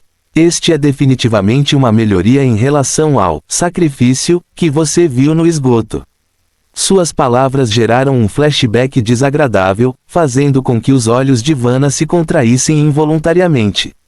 Sussurrando, ela disse, prefiro não me lembrar disso. Com uma risada, Duncan voltou seu olhar para Alice, ainda absorto em examinar os arredores. Pare de ficar boquiaberto e dê uma mão, você trouxe tudo. Ele perguntou. Voltando à tarefa em questão, Alice correu até Duncan, brandindo uma pequena caixa que estava carregando. Já peguei. Tem roupas e bandagens. Nossa, capitão, seu rosto está horrível. Ignorando a reação dramática do boneco, Duncan aceitou a caixa, revelando seu conteúdo. Um sobretudo preto perfeito para esconder qualquer aberração física, uma gola grande capaz de cobrir o rosto e o pescoço quando levantado, luvas, sapatos, um chapéu preto de aba larga combinando, bandagens, um estoque de dinheiro e um mapa da cidade meticulosamente dobrado. O conteúdo era mais extenso do que ele esperava. Absorto em se acostumar com seu novo corpo, Duncan alocou a maior parte de seu foco aqui, negligenciando a situação na nave. Ao enviar a mensagem para Alice através de Goated, ele apenas mencionou a necessidade de roupas e curativos. Os itens adicionais, inclusive o dinheiro, não pareciam algo em que Alice teria pensado sozinha. Antes que ele pudesse expressar seus pensamentos, Alice explicou, Senhor. Tyrian ajudou nos preparativos. Ele descobriu que você estava se aventurando na cidade-estado e me pediu para trazer isso. Ele também disse que o mapa está atualizado e marcado com os pontos de contato secretos da Frota da Névoa, e algo sobre linhas, como ele as chamou. Esses seriam informantes, indivíduos na periferia da Frota da Névoa que ainda vivem na cidade, Duncan acrescentou com um toque de nostalgia em seu tom. Ele pode ter dito que não colocaria os pés em Frost novamente, mas ele não consegue desviar o olhar desta cidade, é como se ele estivesse aqui em espírito. Após o esclarecimento de Duncan, Alice assentiu em compreensão, certo, informantes. Essas coisas terão alguma utilidade? Afirmando a pergunta dela, Duncan respondeu, de fato, eles serão. Tyrian tem sido muito atencioso. Entregando as bandagens para Vanna, Duncan pediu ajuda. Vanna previu as intenções de Duncan pelo conteúdo da caixa. Com uma pitada de apreensão, ela ainda perguntou antes de atender Duncan, está tudo bem mesmo? Você ainda se destaca. A intenção é mera camuflagem, não pretendo construir uma vida em Frost com esta fachada, disse Duncan, cooperando com as ações de Vanna. Contanto que eu não chame a atenção desnecessária dos guardiões da cidade nas ruas, será suficiente. Em circunstâncias em que minha mobilidade seja restrita, contarei com a sua ajuda e a de Morris. Depois de garantir que Vanna estava à altura da tarefa, ela habilmente começou a enrolar as bandagens em torno de Duncan. Suas mãos hábeis demonstravam sua familiaridade com o trabalho. Lidar com lesões era uma parte inevitável da vida na linha de frente de sua luta. Enquanto isso, Alice observava o trabalho de Vanna com olhos ansiosos. Posso ajudar? Avaliando a disparidade de altura entre o pequeno boneco e o imponente Vanna, Duncan então olhou para sua própria estatura, que ultrapassava 1,80 m. Ele riu da ideia, receio que não. Sua cabeça pode cair ao olhar para cima, e então acrescentou uma palavra de cautela, lembre-se, estamos em uma cidade-estado, e Frost. Tenha cuidado com seu disfarce. Certifique-se de que sua peruca e cabeça permaneçam no lugar e não remova o véu do rosto. Entendi, sua aparência poderia surpreender qualquer pessoa com mais de 50 anos por aqui. Alice imediatamente agradeceu, entendido. Duncan então se voltou para Vanna, que havia alterado sua aparência para a missão na cidade desconhecida. Sua habitual armadura atraente e espada gigante foram trocadas por roupas comuns, que eram mais adequadas para se movimentar pela cidade sem ser detectada. Ela usava um longo casaco cinza com cinto para mulheres, juntamente com calças e botas pretas. Seu longo cabelo branco acinzentado ainda fluía livremente atrás dela, fazendo-a parecer enérgica como sempre, mas sem a armadura e a espada, ela parecia um pouco mais suave. No entanto, medindo 1,83 m, sua roupa atual pode ter evitado perguntas, mas passar despercebida ainda era uma tarefa difícil. Em pouco tempo, o rosto de Duncan estava escondido sob uma camada de bandagens, deixando visíveis apenas os olhos e uma pequena área de pele perto do olho esquerdo. Ele então vestiu o sobretudo preto de gola alta, luvas, sapatos e chapéu de abas largas. Notavelmente, esses itens se ajustam perfeitamente a ele, refletindo sua própria constituição robusta. Duncan abotoou meticulosamente seu sobretudo, imaginando sua aparência atual, um sobretudo preto envolvendo-o da cabeça aos pés, um chapéu de abas largas e gola alta escondendo a maior parte de seu rosto, luvas de couro pretas nas mãos e as bandagens aparecendo, das lacunas em suas roupas. Com uma pausa, ele se dirigiu ao jovem inquisidor ao lado dele. Vanna, diga-me honestamente. Com um suspiro, Vanna respondeu, guardiões da cidade ou xerifes inexperientes podem interrompê-la imediatamente para interrogatório. Momentaneamente surpreso, Duncan perguntou, e os experientes? Eles provavelmente pediriam reforços. Duncan ficou em silêncio por um momento. Vanna acrescentou rapidamente, na verdade, não é tão sério quanto parece. Ela abriu um sorriso, balançando a cabeça. As situações que mencionei só ocorreriam nas áreas centrais de alta segurança da cidade, que são fortemente vigiadas. Em áreas urbanas comuns, você ficará bem. Estou baseando minhas suposições em experiências em Plend, mas Frost deveria ser semelhante. O único problema potencial poderia ser suas bandagens.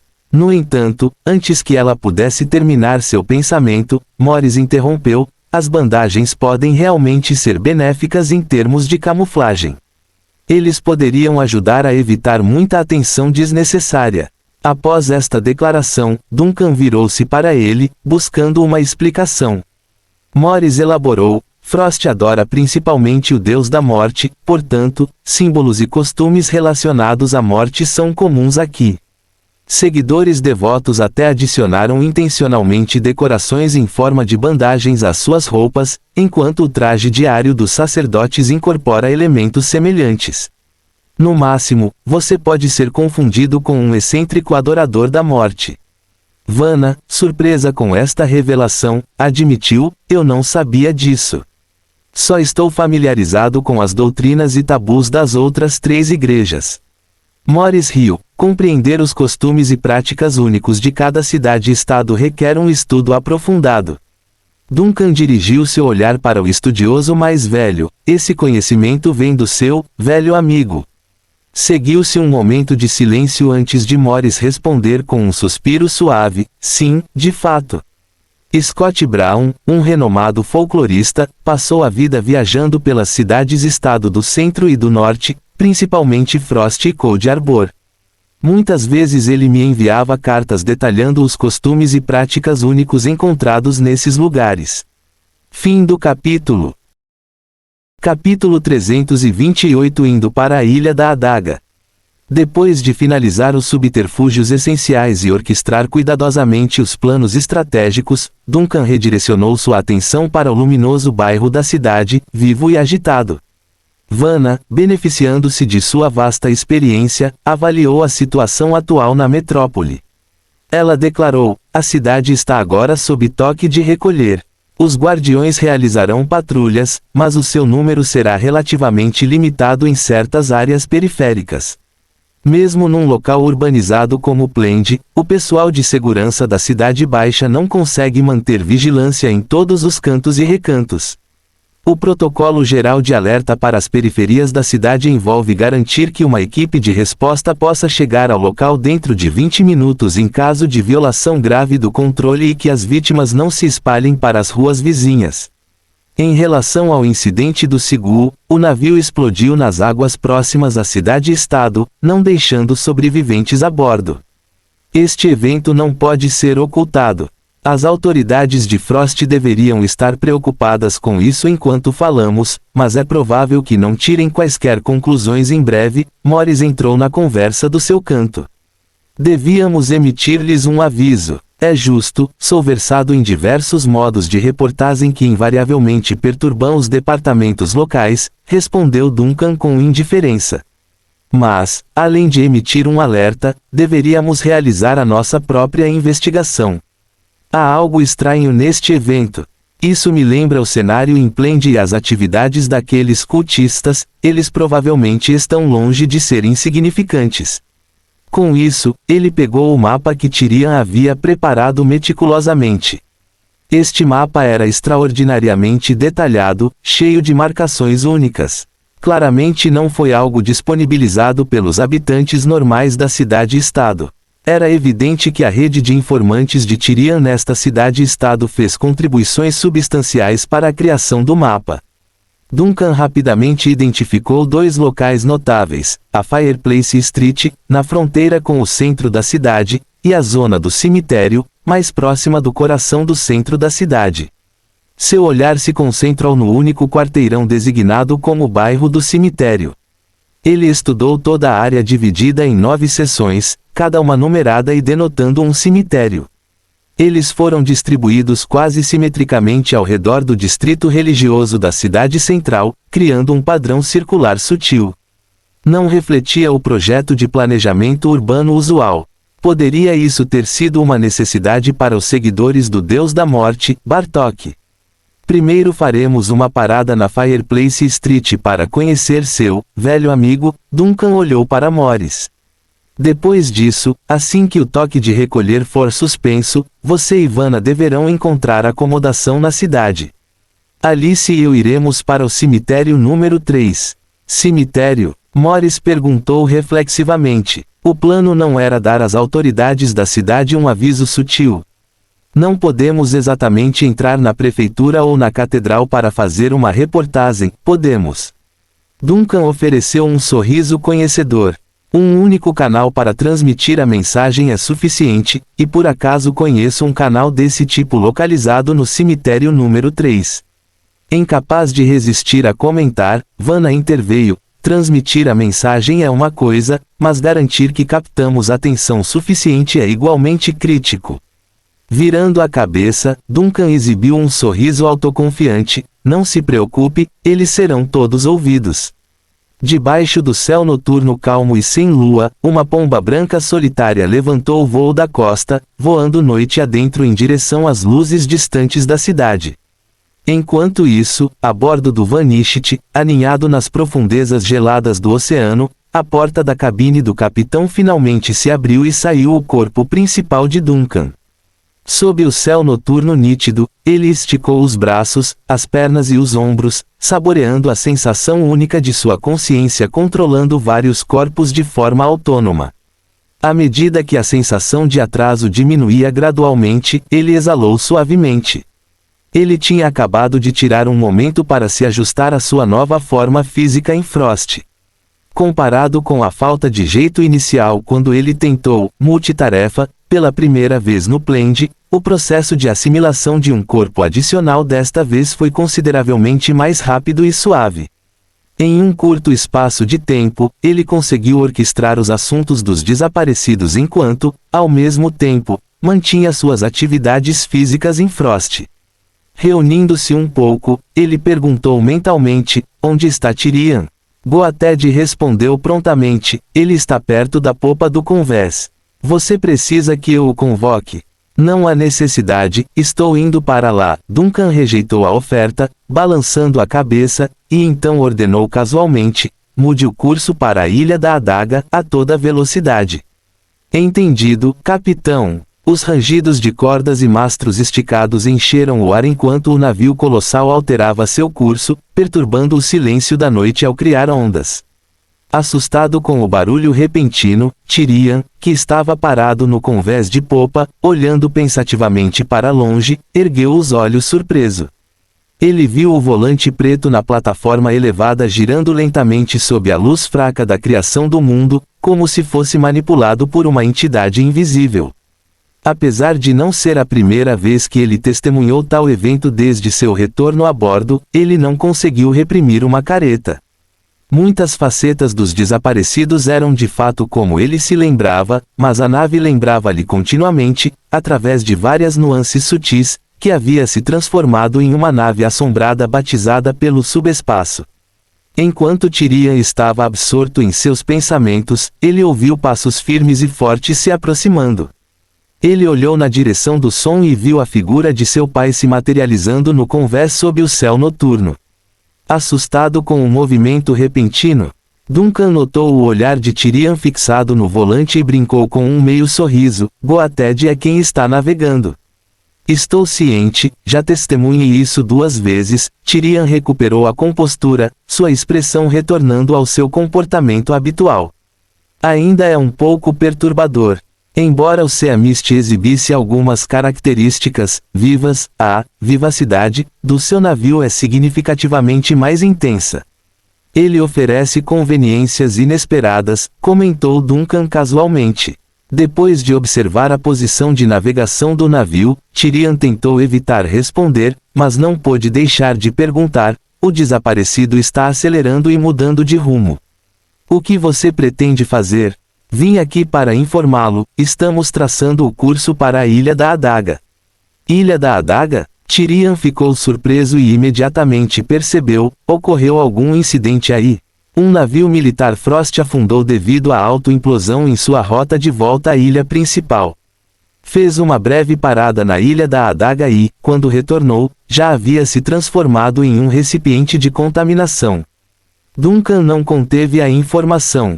Agora suspeito que a situação na Ilha Dagger pode ter ficado fora de controle, mas por razões desconhecidas, todo o sistema de alerta da ilha permaneceu sem resposta, e a ilha principal do Frost não recebeu nenhum relatório anormal. Uma contaminação completa, algo violou silenciosamente o sistema de defesa da Ilha da Adaga. Tyrion imediatamente entendeu, mas achou difícil de acreditar, mas o sistema de defesa lá não deveria ser tão facilmente comprometido. Nenhum sistema de defesa é infalível, especialmente quando a contaminação se origina do fundo do mar e provavelmente está associada ao Lorde Inferior. Duncan balançou a cabeça. As autoridades Frost deveriam estar em alerta máximo após a autoimplosão do navio militar, mas não depositamos muita fé neles, daí a nossa necessidade de investigar pessoalmente. Quanto a mim, Tyrion perguntou depois de um momento, compreendendo vagamente a intenção de seu pai: o que você exige de mim? Vou despachar Ai para acompanhá-lo de volta mais tarde. Você mobiliza sua equipe e fica de prontidão nas proximidades de Frost. Duncan ponderou por um momento, sua decisão firme: prepare-se para o pior cenário. O pior cenário? O navio militar contaminado afundou, e afundou em um ritmo incomumente rápido, elaborou Duncan enquanto acessava memórias e informações valiosas do corpo que ele havia assumido recentemente, como se algo do fundo do mar o estivesse arrastando para baixo.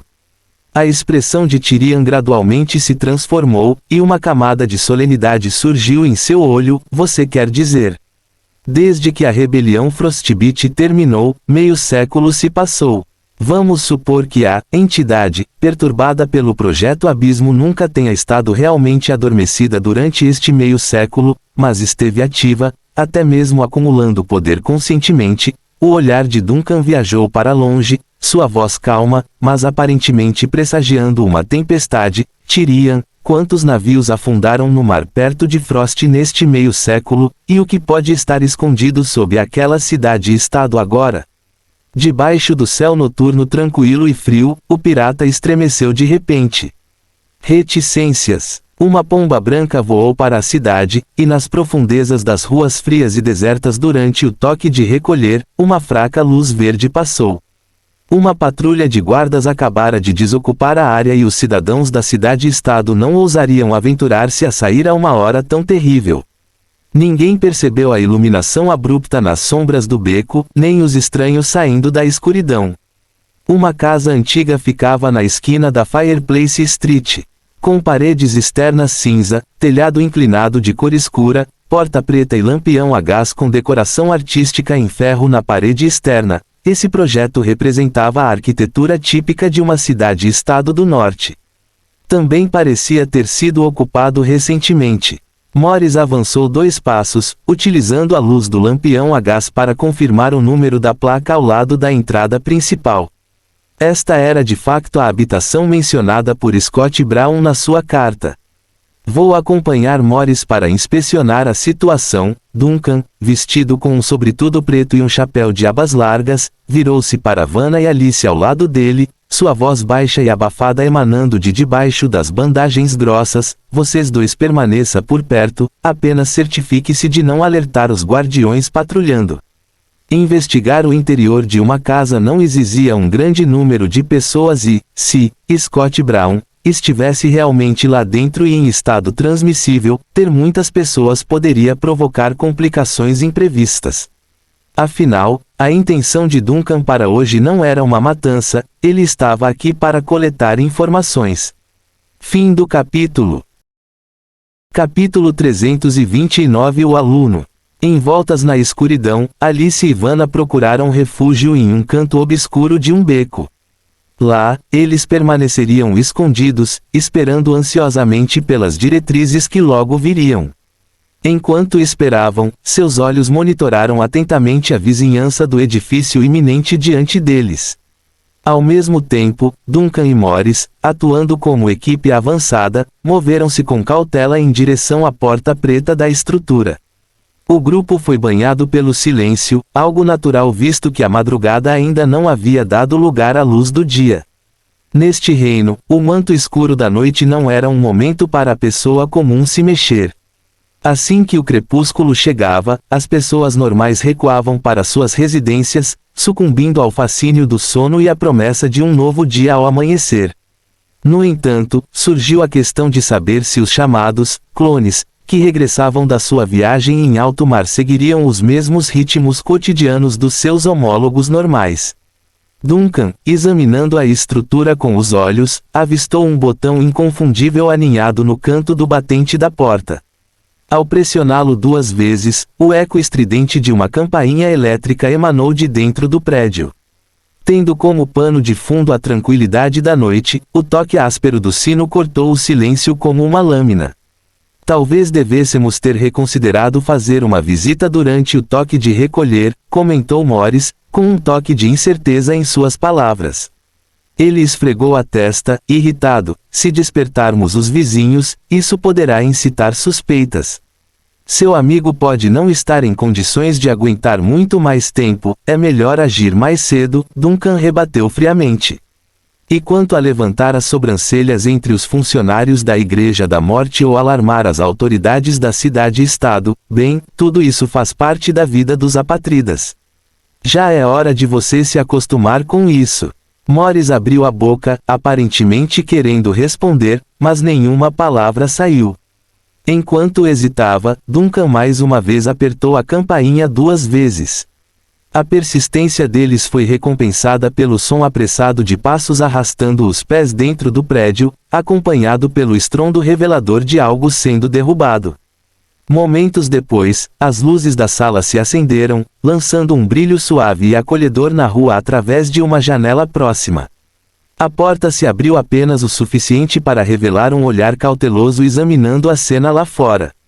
Uma voz jovem e trêmula ecoou atrás da porta: "Quem é?" Era claramente a voz de uma mulher. Duncan e Morris trocaram um olhar surpreso, o primeiro surpreso, o último parecendo juntar as peças de um quebra-cabeça. "É Garlone?" Morris aventurou-se. "O senhor Scott Brown está em casa. Sou um velho conhecido do seu tutor." Com um sussurro apressado para Duncan, ele acrescentou: "Ela pode ser aprendiz de Scott Brown, lembro-me dele mencionando ela." Duncan retribuiu com um aceno de compreensão enquanto, simultaneamente, a mulher atrás da porta parecia refletir sobre a declaração de Morris. Após uma pausa, ela respondeu cautelosamente: "Peço desculpas pelo inconveniente, mas é muito tarde e meu tutor está descansando. Talvez possamos retomar esta conversa ao nascer do sol." Morris franziu a testa em contemplação, a situação que se desenrolava divergia de suas expectativas iniciais. Ele não previu que o aprendiz de Scott Brown continuaria a habitar a propriedade 6 anos após sua partida. Após um momento de deliberação, ele organizou seus pensamentos e começou a responder: infelizmente, chegamos muito tarde e ainda não conseguimos hospedagem. Além disso, seu tutor me convidou em uma correspondência anterior. O erudito demorou um pouco antes de continuar: meu nome é Morris Underwood. Seu tutor provavelmente teria mencionado meu nome para você. A voz do outro lado da porta silenciou. Parecia que Garlone estava imerso em pensamentos, tentando lembrar. Alguns segundos depois, sua voz pôde ser ouvida novamente. Então, me dê um momento. Vou remover a trava da corrente. O som metálico da fechadura sendo desfeita, juntamente com o atrito da corrente contra a porta, somaram-se à orquestra de sons que perfuraram a noite tranquila. Com a corrente removida, a porta finalmente se abriu o suficiente para Duncan vislumbrar uma figura banhada pela luz quente e convidativa do interior. Garlone era apenas alguns centímetros mais baixa que Vanna, sua altura de quase 1,9 metro era uma característica inconfundível. Ao contrário da estatura esbelta de Vanna, esta jovem possuía uma constituição muscular claramente visível. Sua pele branco-acinzentada lembrava o tom de rocha coriácea, com leves padrões dourados dançando sob a superfície. Além desses traços peculiares e não humanos, seu rosto apresentava os traços familiares de uma típica jovem humana e até exalava um ar de delicadeza. Acordada de seu sono, essa figura de guerreira estava vestida com uma camisola larga, seus cabelos castanhos caindo em cascata atrás dela. Encostada no batente da porta, ela examinou os rostos desconhecidos diante dela com um ar de cautela. Embora o interesse de Duncan tenha sido despertado por sua aparência, Garlone retribuiu a curiosidade. Aos olhos dela, Duncan, o estranho corpulento vestido com um sobretudo preto e um chapéu de abas largas, com o rosto escondido sob camadas de bandagens, era uma visão opressiva, mesmo para um Frostborn acostumado a bandagens. Enquanto ela ficava tensa, a voz de Morris quebrou o silêncio desconfortável que se instalara. Virando-se para Duncan, anunciou: este é Garlone, o aprendiz de Brown. Ela é uma orc, algo que não é visto com frequência nas cidades-estado do norte. Encarando Garlone, ele continuou: este cavalheiro é o senhor.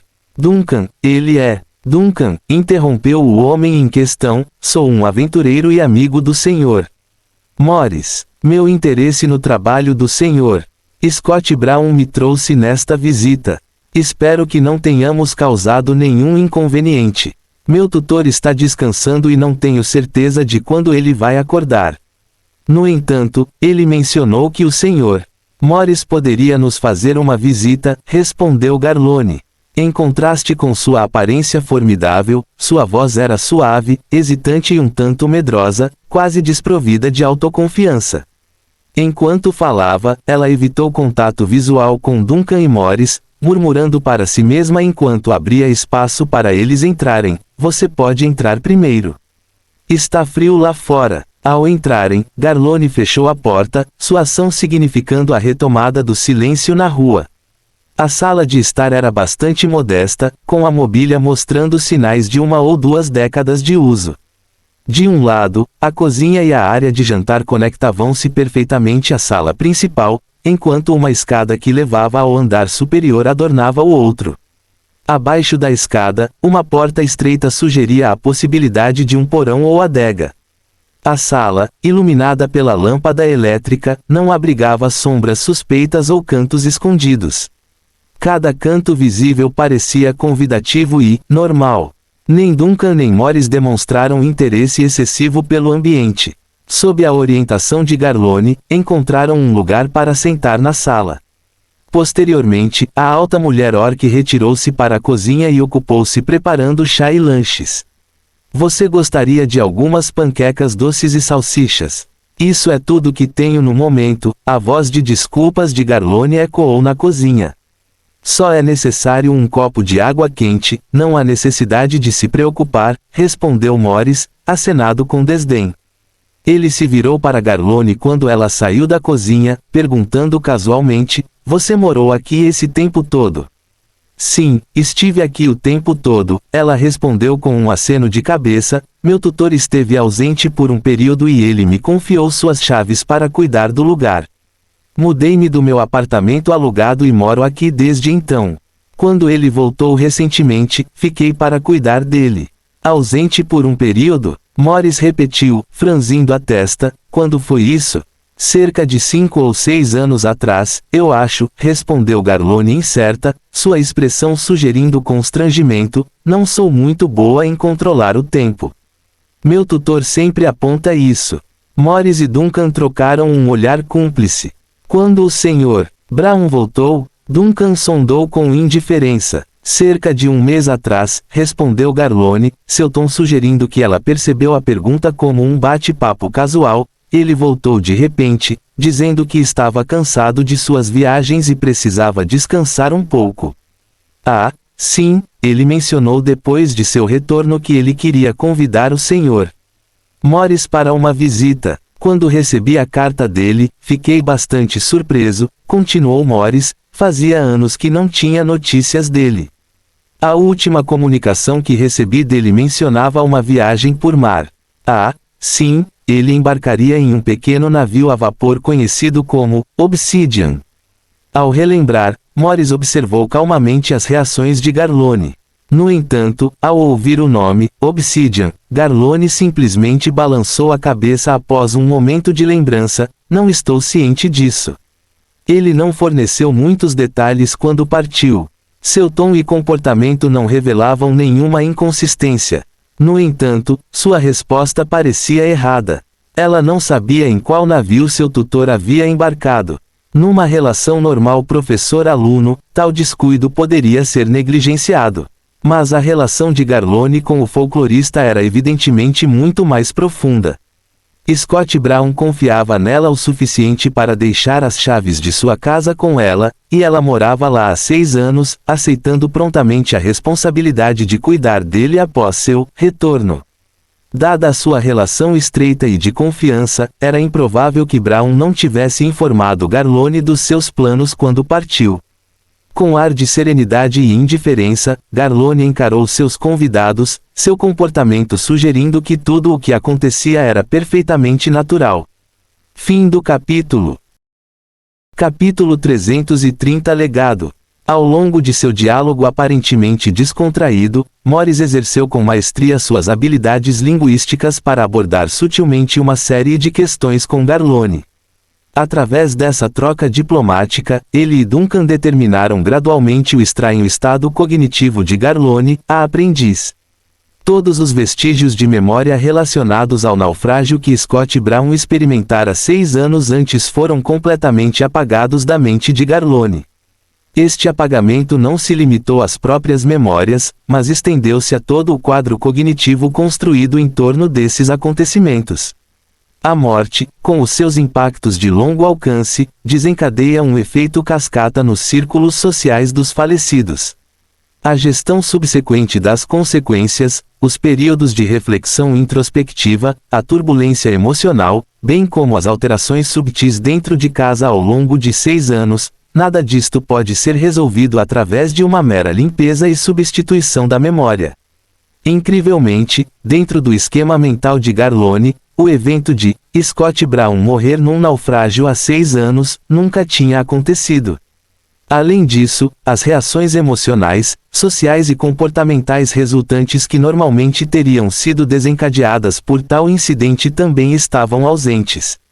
Garlone tinha a impressão de ter vivido pacificamente nesta casa durante 6 anos, esperando pacientemente o retorno da professora. Em sua mente, sua professora realmente havia retornado e estava descansando em uma sala no andar de cima. O apito estridente da chaleira interrompeu a conversa na sala e Garlone imediatamente se levantou para atender, desculpando-se, sinto muito, vou desligar o fogão. Aproveitando o breve momento em que Garlone saiu da sala, Duncan virou-se para Morris, que estava sentado à sua frente num sofá separado. A cognição dela foi adulterada. Precisamos fazer uma busca completa nesta casa, sugeriu Morris em tom abafado. Se Brown está realmente aqui, Ele deve ter deixado algo para trás enquanto ainda estava em seu juízo perfeito. Ele me enviou outra carta não muito tempo atrás, em onde ele havia começado a juntar um pouco da verdade. Deixe Garlone descansar um pouco, Duncan sussurrou de volta, quase baixinho para ouvir. Morris concordou com um aceno de cabeça e, durante a breve conversa, Garlone já havia retornado da cozinha. Ela trouxe consigo uma grande bandeja cheia de chá quente de gengibre e alguns biscoitos. A mulher, cuja pele tinha um tom acinzentado, colocou a bandeja sobre a mesinha de centro e olhou para os dois convidados, desculpando-se pela demora e convidando-os a se aquecerem com um chá. Obrigado, respondeu Morris, antes de apontar para o sofá próximo. Garlone, por favor, sente-se aqui por um momento. Há algo que eu gostaria de discutir com você.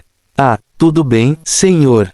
Morris, respondeu Garlone. Embora ela tenha achado o pedido um pouco peculiar, ela obedeceu e sentou-se em frente ao amigo próximo de seu mentor. O que você gostaria de discutir? Morris encontrou o olhar de Garlone de frente, o sistema de desigualdade de Romansov. À menção disso, os olhos de Garlone se arregalaram.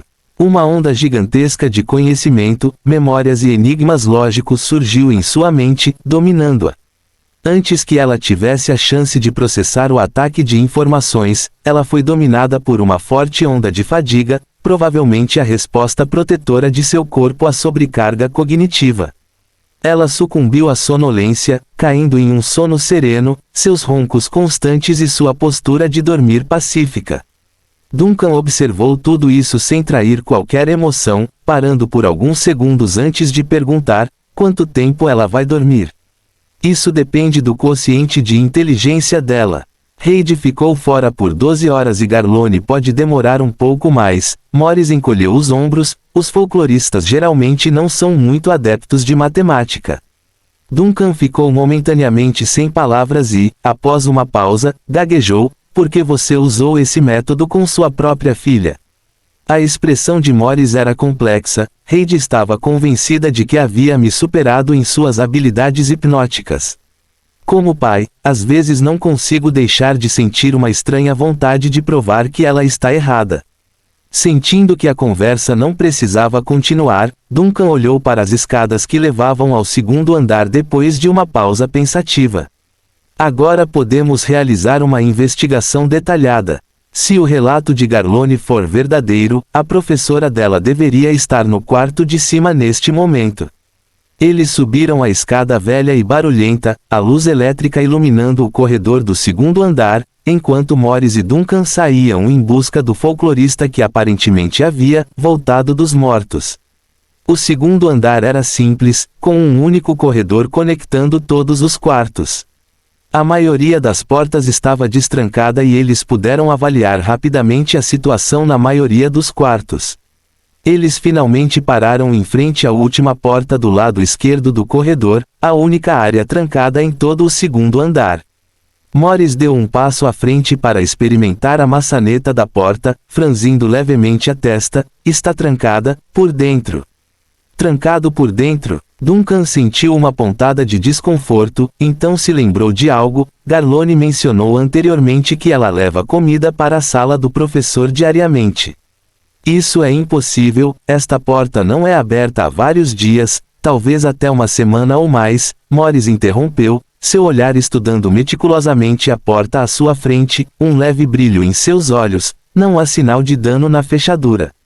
Então, Garlone acredita que traz comida diariamente para a sala do professor, mas na realidade, o professor não abre esta porta há muitos dias, observou Duncan, olhando para trás, em direção à escada que levava ao primeiro andar. O cognitivo, a interferência parece estar em andamento. Morris não respondeu, em vez disso, levantou a mão e bateu suavemente na porta amarela clara, sem sucesso. Brown, sou eu, Morris gritou, se você estiver aí, abra a porta. Qualquer que seja o estado em que você esteja, não se preocupe, podemos resolver qualquer problema com o qual você esteja lidando. No entanto, nenhuma resposta veio da sala. Duncan olhou para a porta, sentindo uma sensação de inevitabilidade em relação à situação. Finalmente, ele suspirou suavemente. Deixe-me cuidar disso, Morris. Podemos estar um passo atrasados. Morris pareceu tenso por um momento, como se quisesse falar, mas nenhuma palavra saiu. Ele simplesmente se afastou, sem dizer nada. Sem recorrer a quaisquer métodos sofisticados, Duncan simplesmente deu um passo à frente e forçou a porta. A porta de madeira, não muito resistente, cedeu com um estrondo e a fechadura quebrou. Diante deles havia uma sala quase totalmente envolta em escuridão. Não havia luz acesa e as janelas voltadas para a rua pareciam estar obstruídas por alguma coisa, impedindo que qualquer luz da rua iluminasse o ambiente. Apenas a luz do corredor tornava visível uma pequena área perto da porta, e nos cantos que a luz não alcançava, sombras pareciam cobrir tanto o teto quanto o chão. Duncan foi o primeiro a entrar na sala, uma leve chama verde e fantasmagórica tremeluzindo em sua mão direita levantada enquanto sua mão esquerda procurava o interruptor de luz ao lado da porta. Assim que as luzes foram acesas, toda a sala ficou à vista. Mas o que raio é isto? Morris, que seguiu Duncan até a sala, ficou surpreso com o que viu. Uma substância cinza escura, parecida com lama, estava espalhada por toda a sala, espalhada pelo chão, pelas paredes e até grudada no teto. A lama, meio derretida, pendia do teto sujo, suspensa no ar como vasos sanguíneos grotescamente inchados ou estalactites de formato estranho. Duncan lembrou-se imediatamente da cena que encontrou no fundo do navio Obsidian. Estas estranhas e horríveis substâncias de lama tinham uma semelhança perturbadora com as condições na base do navio. Os músculos faciais de Morris se contraíram. Na verdade, desde o início, ele não acreditou que o seu velho amigo tivesse realmente voltado à vida. Ele sabia que devia haver algum tipo de fenômeno sobrenatural descontrolado em jogo, potencialmente relacionado a uma maldical do fundo do mar, mas, mesmo com uma vaga premonição antes de abrir a porta, a visão diante dele foi um choque severo. Essas réplicas do fundo do mar, parece que todas eventualmente se transformam nisso. A voz de Duncan tirou Morris de seu transe. Estávamos, no final das contas, um passo atrasado. É uma vergonha. Morris piscou e depois balançou a cabeça com força, como se tentasse se livrar dos pensamentos desordenados em sua mente. Ele se aventurou mais fundo na sala, evitando cuidadosamente os aglomerados de lama no chão, e finalmente parou ao lado de uma mesa. A mesa também estava coberta de lama, e a maior pilha ficava posicionada entre a mesa e a cama. Ele escreveu 2 cartas, pelo menos naquela época, ele ainda tinha alguma sanidade, disse Morris calmamente, ele deve ter notado que algo estava errado com ele. Sua sanidade durou pelo menos até o momento em que ele trancou este quarto por dentro. Depois disso, ele perdeu o controle da situação. Duncan também se aproximou da mesa, examinando a lama endurecida ao seu redor e falando pensativamente. Essas réplicas do fundo do mar parecem inconsistentes. Alguns não têm sanidade alguma, alguns até mantêm suas memórias originais e podem viver como pessoas comuns por um tempo, e alguns, como o capitão da Obsidian, transformam-se completamente em uma forma alienígena, mas mantêm suas almas do começo ao fim. Como algum tipo de produto experimental instável. Morris fez um comentário casual, quando de repente algo chamou sua atenção. Um pedaço de papel estava preso na borda de um aglomerado de lama solidificada que lembrava vagamente um braço. O que é isso? Os olhos do idoso estudioso se arregalaram enquanto ele extraía cuidadosamente o papel, sussurrando, Senhor. Duncan, dê uma olhada nisso. Duncan imediatamente se inclinou e, naquele pedaço de papel manchado de sujeira, algumas palavras quase indiscerníveis chamaram imediatamente sua atenção. Para os investigadores, aqui estão as mudanças que ocorreram no estágio final do meu corpo. Fim do capítulo. Não existem métodos fáceis para resolver problemas difíceis, René Descartes.